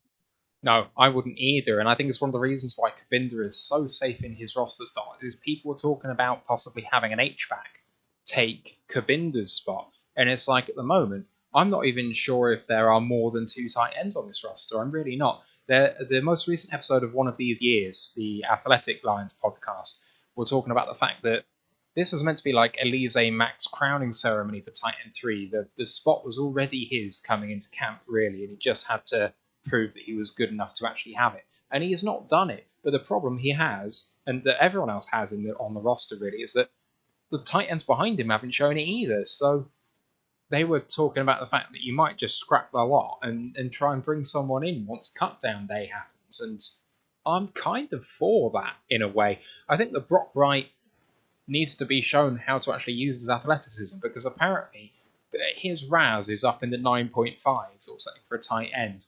But when he takes the reps, he doesn't actually use any of that athleticism to his advantage. And it's well, if you can't use it, what's the point of it? So I'm happy going into the free market here.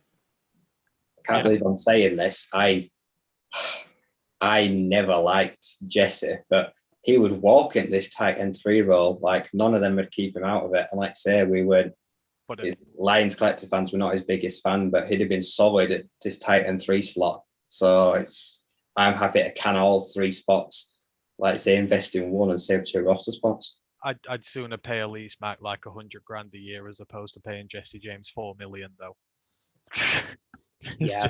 There's no way I'm paying Jesse James $4 million. I saw all the hype today saying, "Oh, he caught a pass from Justin Fields, yeah, against like the 8th string linebacker or something like that," and you're like, Did you actually see that play as well? He didn't have a man within like 15 yards of him. It was ridiculous. no. Anyway, we have missed out Jason Kabinda. He only played 4 snaps. I'm not going to dwell on him too much. His roster spot seems to be secure, and he had, I think, a play action pass thrown to him, which he caught well, and it was dropped for one. It was dropped for a yard gain, and otherwise, I think he had a couple of blocking reps for the run where he did fine. It was just the rest of the O line which didn't perform. So let's move on to the defense. And let's start with the defensive line. We've already talked a bit about how impressive they were, but let's touch on some individuals. Let's go for Ant first. Sorry, which one's this again? We're going for defensive line. Defensive line. Right. Well, early again, start of the game, we struggled, and one of the most concerning things for me is Devin Singletary ran all over us to start with, and I just had these horrible nightmares of the last 2 or 3 years where teams have ran all over us. We really did struggle to start with, and I was watching closely because obviously McNeil's in there, and I've been so big on him and how good he's going to do, and it was very interesting how they were playing him. There was a lot of lateral movement from the lines. They were moving out. They weren't really staying still. They were moving left. They were moving right. They were specifically moving him out of place to take him out of plays, which I thought was very clever from them, because it wasn't until the second quarter McNeil started having an effect in there. And I did see some good stuff from him, which was good. But I know Ryan mentioned earlier, I think the breakout guy there was Kevin Strong. I wrote it on Twitter. It's one of the first things I noticed on there. He deserves a place in that 53. The way he shed that double team and then absolutely mauled his assignment was just something beautiful to watch. And I think he's worked incredibly hard, especially in a room that's so packed now at defensive line where there's a lot of competition. I think we're really seeing the best out of him. And I think, if we give him a chance, he's going to repay us there. So there were good things to see about it as we went on. It was just a theme of the game. It just started really bad. But I can't really make too many comments apart from that. I mean, we got better at run blocking the later the game went on. They had to resort more to throw in later on. But yeah, I liked what I saw from Strong. And, we're missing some of our big guys on there. There's no Levi, there's no Brockers. It's a bit hard to really give them a proper grade, especially when you're missing your leader and you're missing, one of your second round rookie from this year. It's kind of difficult to grade. So yeah, started poorly, got better. What about your edge guys as well? We might as well group them together. Oh, okay then. Well, edge guys, obviously Julian stole the show there. I mean, it was absolutely wonderful to see him get some time, and it was great to see how he got into the backfield so often. I mean, he gave their left tackle specifically absolute nightmares on some of them. He'd just run straight past him, go right round the edges though he wasn't there, and he put the opposition quarterbacks under a lot of pressure. So that was great to see. Because if you've got one of them coming from each side at you, it's like, is it a Julian? Is it a, it's going to be so difficult for teams to deal with. So that was great to see. So, and I think Austin Bryant did well as well. I believe he had a tackle for loss, maybe a couple of good plays in there from him. So it's good to see him bring in his preseason camp form into the games.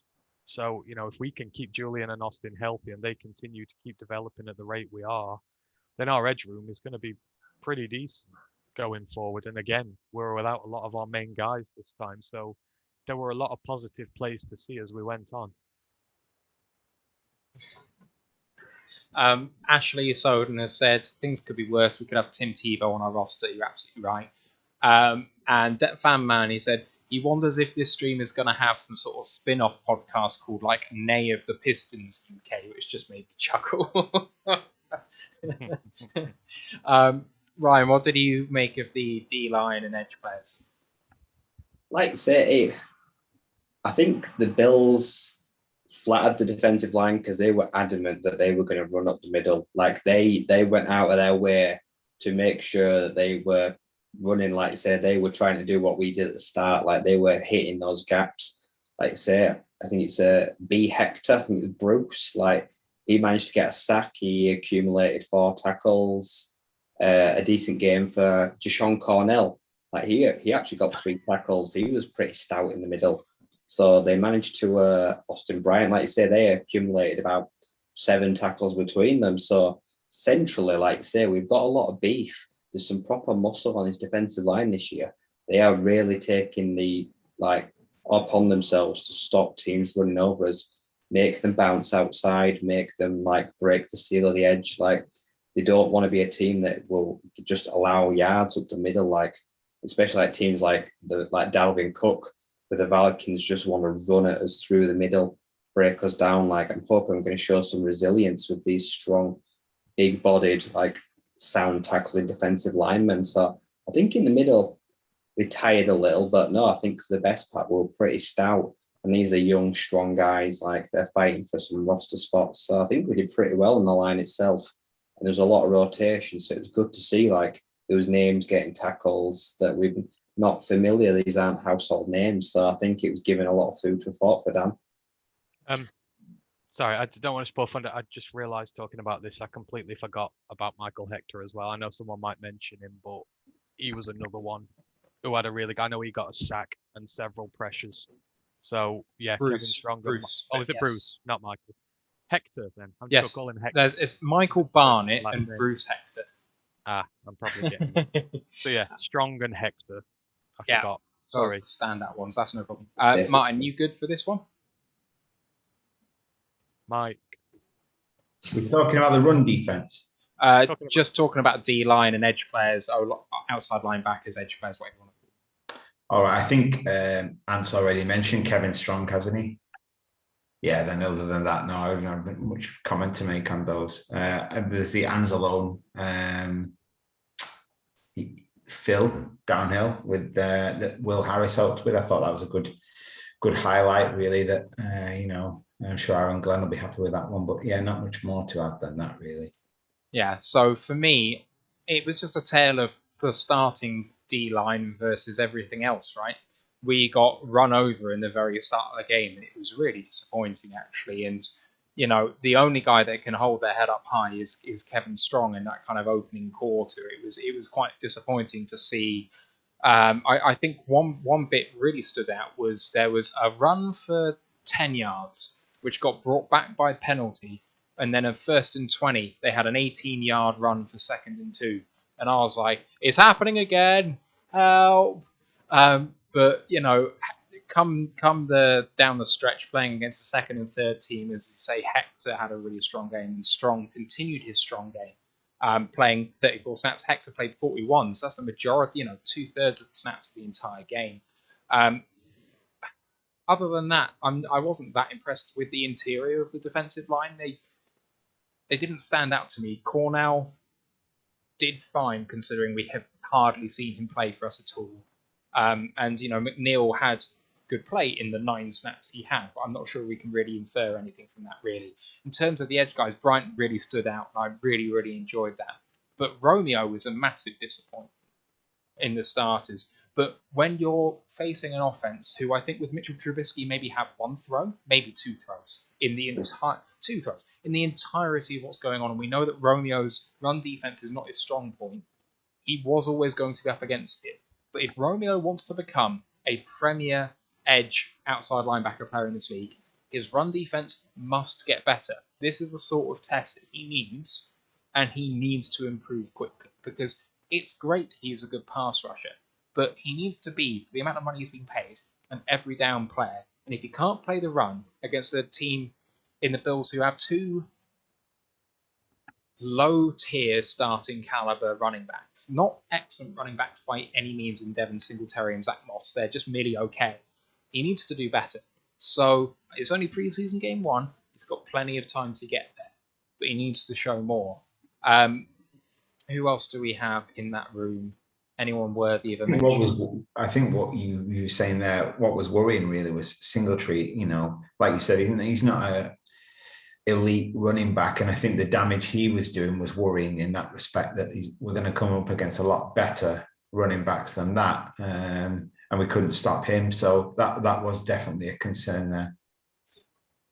Yeah, it was. It's been pointed out in the chat by a couple of guys that, our starters weren't really out there on the defensive line, and that didn't help. And that's true. That is true. But Deshaun Cornell has some pedigree, and Aleem McNeil obviously is a rookie, but has absolutely stood out in camp as a really, really strong player. And I think the other guy on the starting defensive line was Kevin Strong. Well, I think Those what we're saying in pre-season though is we want to see the depth of the squad, aren't we? And we're going to say we're not going to have that starting team on the field. Probably most weeks we're going to have at some point some injuries to that squad, and we want to see how that unit works without some of those starters. So that's where I think we've got some of those concerns where depth is exposed quite quickly in some of these areas, and that was certainly a concern in terms of the run D on Friday. Never mind the fact that we probably knew that Mitch wasn't going to throw a huge amount. So stack the box. Yeah, and the other thing was we missed so many tackles again. We did. We missed loads of tackles. I hate bringing this up, but it is the same.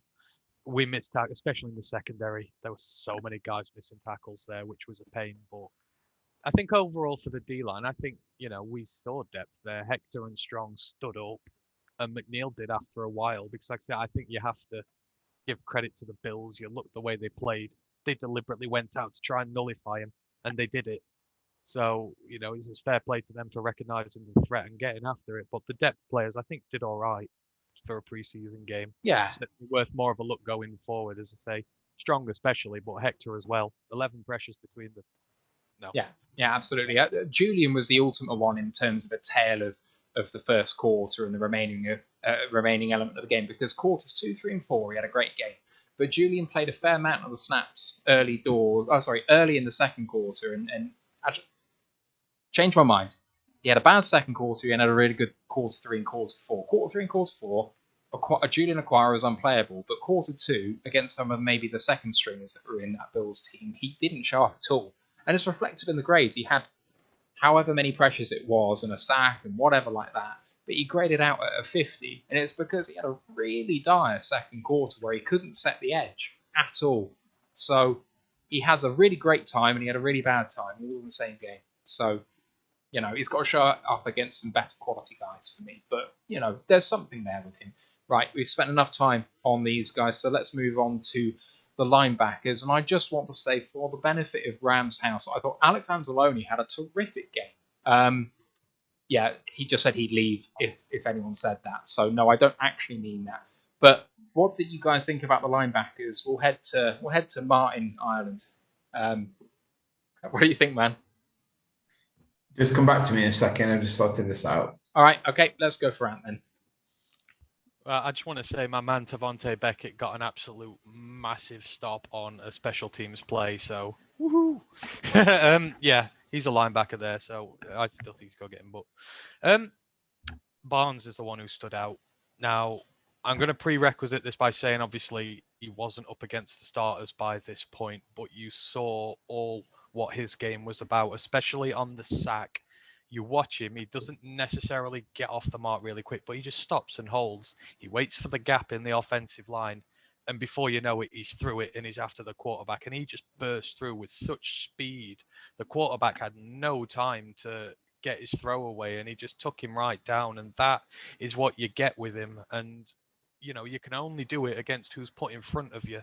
And there were so many times when he managed that, he just exploited the gaps in the lines, got through and caused havoc in the backfield. I think that was great to see him there, and it would be nice to see him take a few more first team reps next time. I don't know whether he was out there straight away to start with, but that's what we brought him in for. We brought him in to get after running backs, get after quarterbacks, cause havoc in the backfield. And he did exactly that. Anzalone had an all right game. He is what he is. He's not going to be a great player for us. He's just going to be a serviceable player. And I think he did all right. Collins had a bad game in what he played.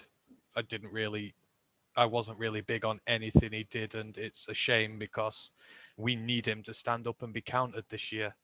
And the way they ran all over us in that first quarter, he's there to try and stop this from happening. And he didn't. And again, it's a real shame. And as much as I don't want to say it, Tavai didn't have the best of games either, given that us two have backed him to the absolute hilt I didn't think he had the worst game, and I think he got a lot of unfair criticism out of it, but he didn't play well either. So it's a concern going forward. You know, there's the one bright spot in Barnes, who's going to be a great player for us, but outside of that, there wasn't really a lot to write home about. So, yeah, it's a concern for sure. And it's probably going to be somewhere we're visiting in the draft very early next year. Yeah, I think that Tavai and Collins were the guys mainly culpable for the absolute collapse on run defense. So I said, defensive line needs to stand up, but actually defensive line guys are engaging with the O-line and the linebackers are keeping gap integrity to stop the run. So, it's a front seven unit, and those were the two guys who were really culpable for that. So, I'm a Tavai believer, but I'm losing belief by the day that he is going to make this roster. I really think that he is in a massive battle to be linebacker 6. And that's really disappointing. There's something in my soul which just says that either Sean Dion Hamilton or Anthony Pittman is just playing better than him. And in terms of upside, I think that Sean Dion Hamilton and Anthony Pittman have more upside. And I don't know if I'm going to shift away from that view now. I think I've flipped, and I really feel disappointed with it. But there we go. In fact, I probably did a disservice to Pittman there. He had a good game, I think, given where he's come from. So, yeah. Michigan native Pittman as well. Yeah. I did him a bit of a disservice there, and I apologise. I'm just thinking about it now when you mentioned his name. I thought, actually, there were a few times when I was quite happy with what he did. So for what I said about Alex Anzalone, he was the best of the starters. It shows up on their PFF grade, but just on the eye test, they ran away from him, so he couldn't have done badly. He's more of the coverage linebacker, and there weren't many passes, so he couldn't have done badly because he wasn't really tested. But as you say, Barnes, the standout guy, only 8 snaps, but every single one of them was effective. He's going to be, I think, for this first year, a bit of a situational pass rusher in kind of dime and nickel packages. I think he's going to be that guy kind of, maybe when you go to a 4-man front, he's going to be the 5th guy who's going to be running through and you're not really sure where he's coming from. And I'm really excited to see that. And I think eventually he'll be Anzalone's successor. And I look forward to game 8, where that might realistically be a thing. Let's go to Martin, who I think is going to jump in just say about inside linebackers. Yeah, no, I'm with Ant about Derek Barnes. I was really impressed. I know he only played a short amount of time, but I can definitely see him coming up the depth chart and featuring quite a bit in the season coming. I know he's had a pretty bad hamstring injury, I think, hasn't he? So I know that's why he was pretty limited. But no, I was really impressed, and I think I seem to remember that he shut down a bit of a play action pass that the Bills had scored off previously in the game. So yeah, I was quite impressed with him, and I think I'm not hot on Tavai. I know that you are, Matt, but I'm not hot on Tavai, and I wouldn't be concerned if he was cut when it comes around. But I think Barnes is definitely in the brief part that he did show as a rookie, especially on Friday, I was quite impressed. And hopefully, he's good to go again this week and we can see a little bit more of him. But I thought he did a reasonably good job. Ryan? It was very, like I say, it wasn't great in general. We struggled, like the outside linebackers struggled, like I say, Quarry didn't have the best day. Flowers, for when he was on the field, was a bit non-existent, like you say, because in each practice dropping into coverage, but there were no passes thrown.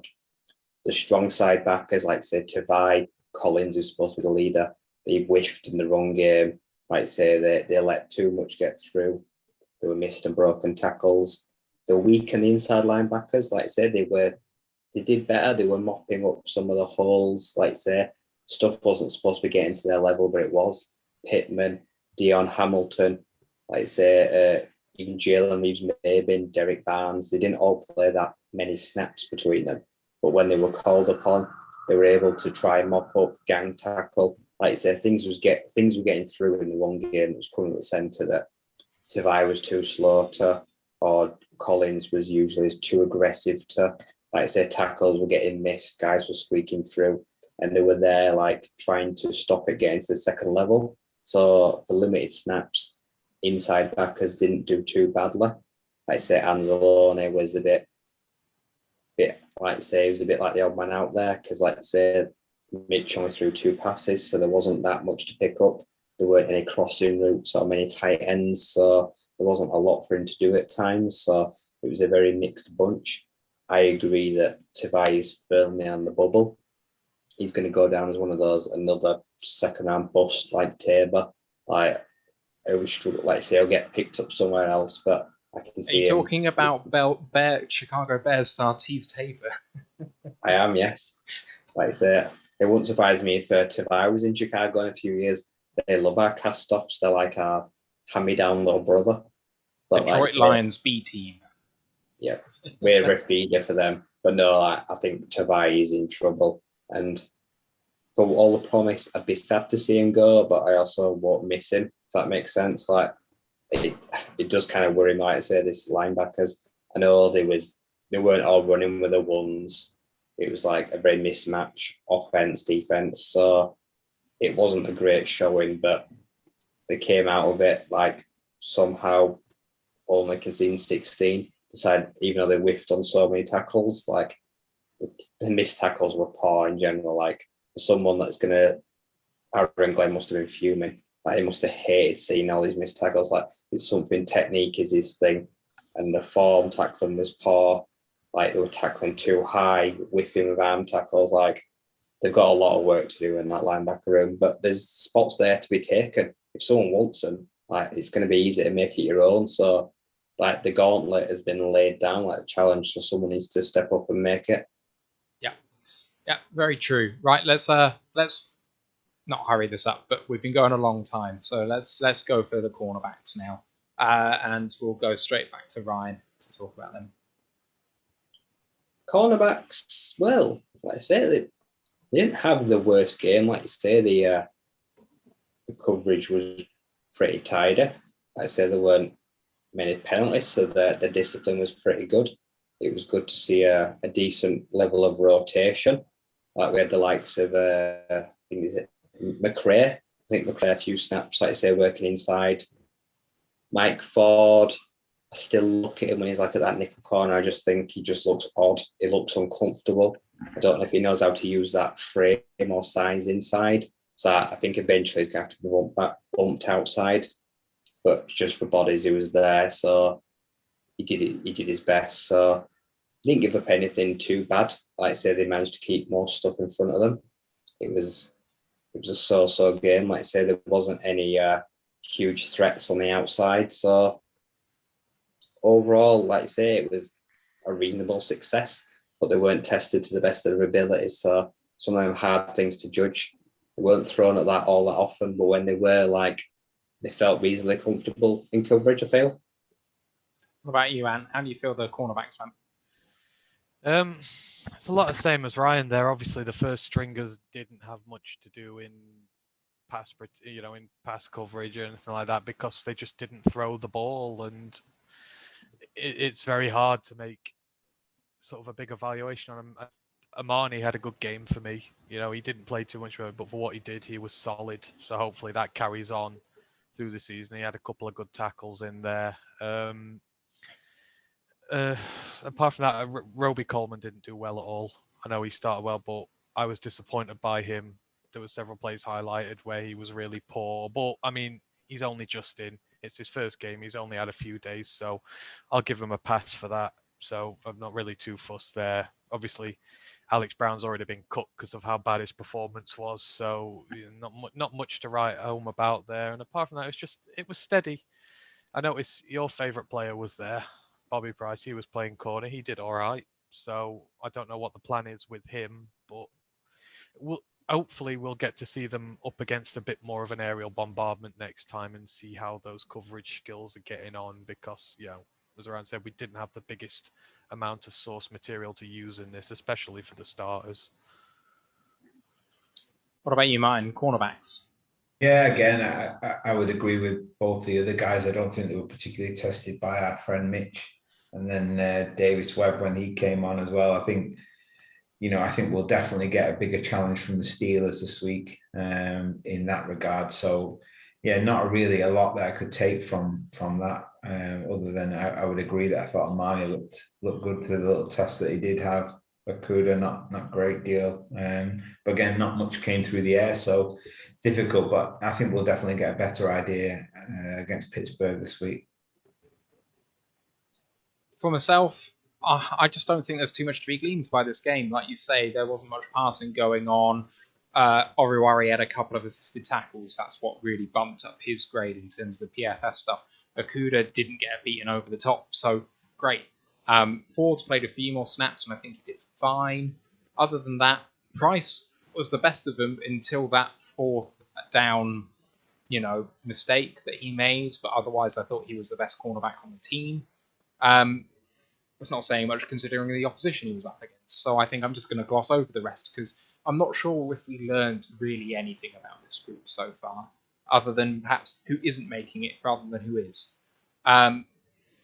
If we move on then to the last of the guys on this defense in the safety room, and if we go to Martin.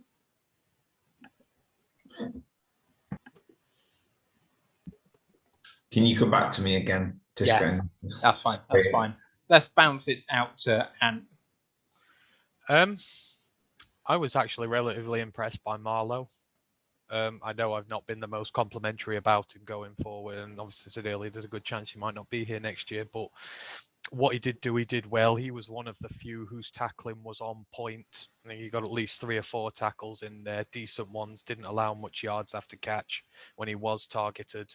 So it was good to see him, have a decent day, because we really are going to need him to step up this year with how thin the depth is there. Tracy did all right, but I mean, I looked at his PFF grade and it was 3rd lowest on the entire defense, and it's just, I want to believe in him. I want to believe in the player that was there before Matt Patricia, and I'm just rooting for him to do so well. But every week that goes by, it just gets a little bit harder as the things go. I mean, as I say, the run game early on, we struggled. A lot of it went through the safeties when they broke through the defensive line, and it didn't look the most convincing in the world. So again, I'll give them you've got to give the secondary a pass there. There was a lot of, there was no passing involved there. It was just run, but it's worrying. But I think the backups did okay. The backups did all right. But yeah, you can't really go too in depth when they're not tested fully all over the pitch. Yeah. What about you, Ryan? I agree in a sense, like you say, this was a game where the safeties for them, it was no fun. Like you say, it was a case of stacking the box, putting Marlowe in it, where, like I say, he wanted to, obviously had the added incentive of playing his former team, showing them what they were missing. So his tackling was pretty sure and sound. Like you say, he didn't give too much away.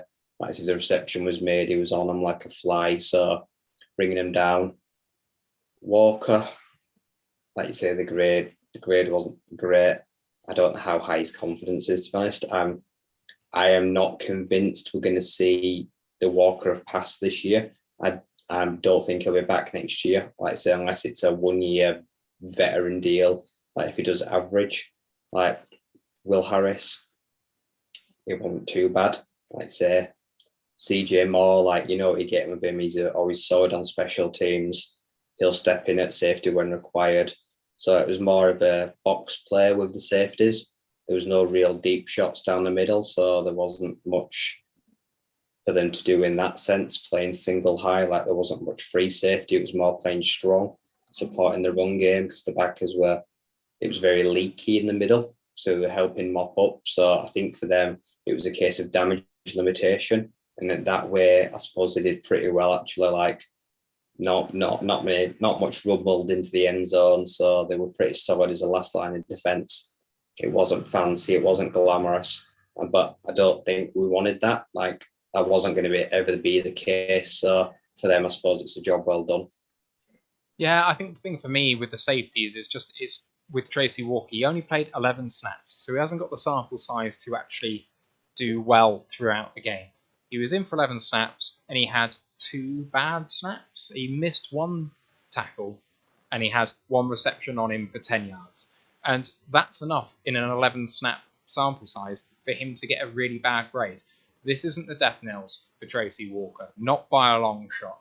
He apparently has had a very good camp, and you give him a full game, I think he'll warm up to it. I think it's the sort of guy who, unfortunately, needs a little bit of time to warm up into a game, and he's not going to be allowed that by Dan Campbell. He's got to get that out of his system. But come game one, I think you'll see the back end of that game, he'll start warming up, and hopefully that'll carry on through to game two, because he'll bloody need it against Aaron Rodgers, I'll tell you that. Okay, moving on from the safeties, we finally have the special teams, and let's talk about the kickers first. So we had Randy Bullock and then obviously Jack Fox as the punter. What did you guys make of their performance? And Bullock did fine. He had no testing kicks, really. I think they were all within 30 yards, weren't they? But at least he made them.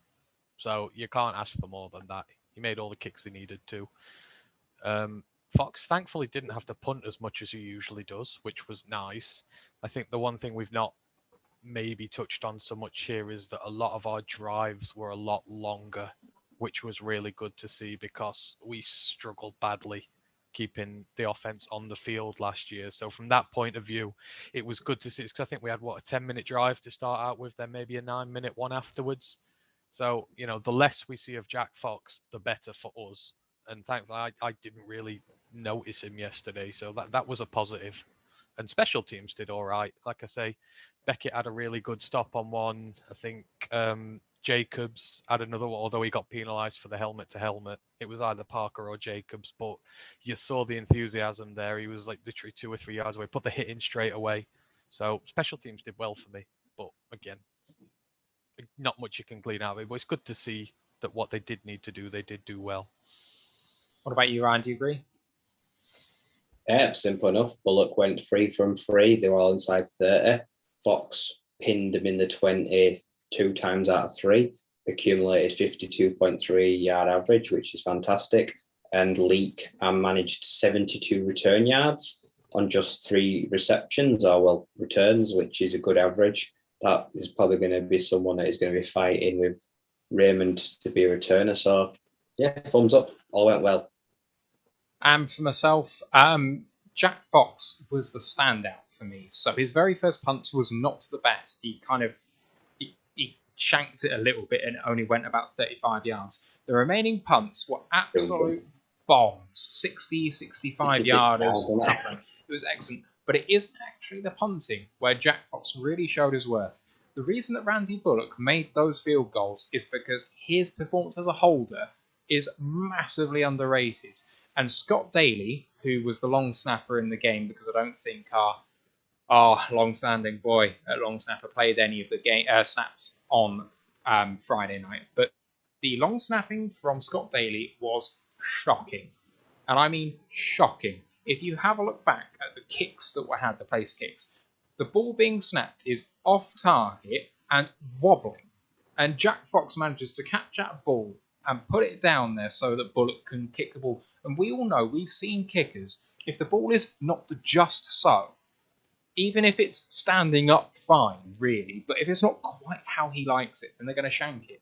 Jack Fox had an incredible day, both punting the ball, but the holding in particular. Go back and watch that, because it's actually really, really good to watch. Special teamers, in terms of punt coverage, Jaden Rees-Maybin obviously stands out as a terrific player on that, and no more needs to be said, I don't think. So that wraps up our review of the game, unless anyone wants to have just a final word on what happened in pre-season week 1. No, I think it was just good to have football back, and I think, I think the thing to glean out of it was that the Lions kept going till the end. Obviously 10-3 down at half-time. Easy for them to drop their heads, but we saw Dan Campbell's mantra of they're going to fight till the very last play, and they did. And we could have won the game, but obviously Dan Campbell wanted to test out a variety of different scenarios, which is why we didn't. But to see that competitive edge there in the team, that's the thing he needs to prove most this year. He's selling us on the idea that these teams are going to play till the last snap every game, regardless of how they're doing. And his very first preseason game, we saw that they didn't have to, but they did. And it's really positive to see. So that would be my final word on it. Yeah, just to say, actually, are you guys worried about the fact that we lost the game? I know you've kind of just addressed that, but it's been a really big talking point. And I think, actually, let me try and see if I can find this quote on Discord from Luke G's thing. Let's see. who the hell cares about preseason scores? I know. As long as you don't lose like 50-0, like if we lost in the regular season 16-15 to the Bills, I'd probably be delighted. That's what I get in preseason. Well, I think as you can glean, there's been a lot of talking points raised. Obviously, it's preseason, so you take it with a pinch of salt. But there were a lot of good things to see, which was nice. So I don't care about the result. I think this year as a whole, we're more bothered about the development of the players and of the mentality as opposed to the results. Obviously, we want to win, but those two are the key things which are going to make us better sooner.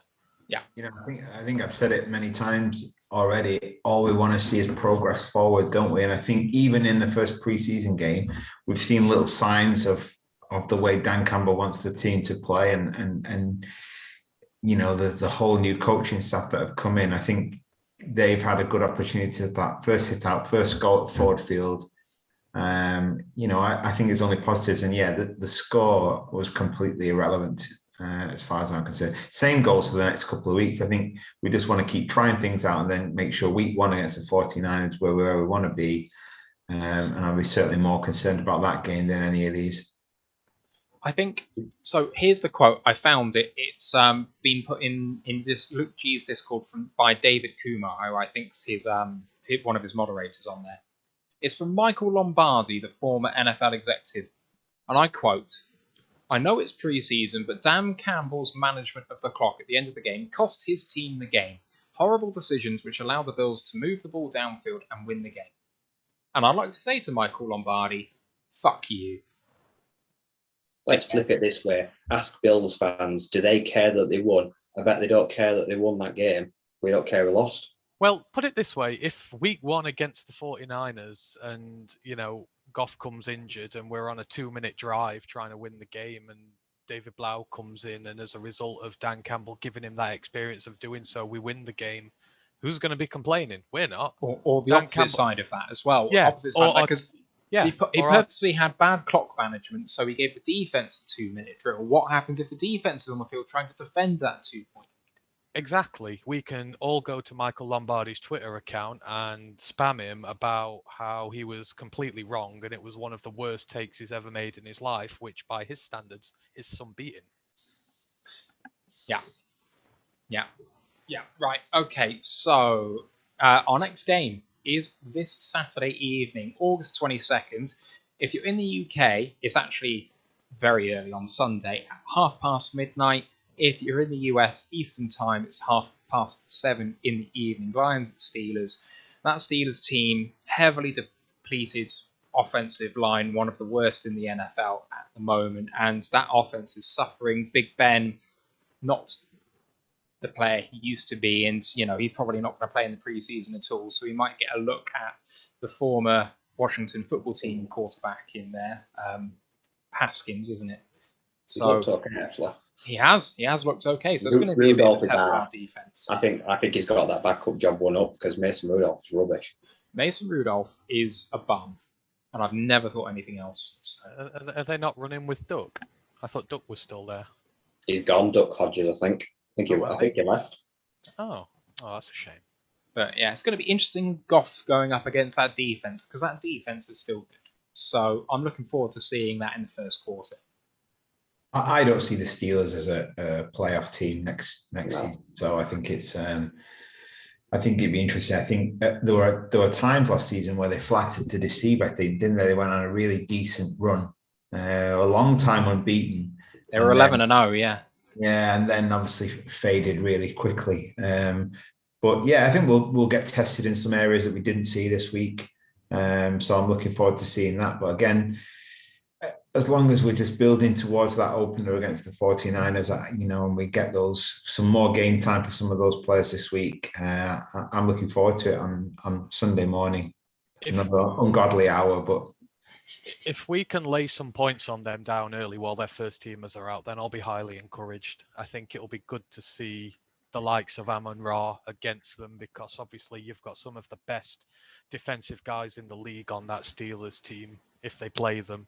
And if he's able to get success against them, I think that's going to look good going forward. And I think it'll look good on Goff going forward if he's able to get some good completions in there. Likewise with the run game, If we can impose that on them, it's very hard to impose your run game on the Steelers with their linebacking core and some of their edge rushers. So the offense, I think, is going to be the one that's under the spotlight for me for this one, because I want to see how it handles a high-level defense. Yeah. Rams House has said Duck is in LA, apparently. So there we go. Right. If that's everything, our next episode will be on...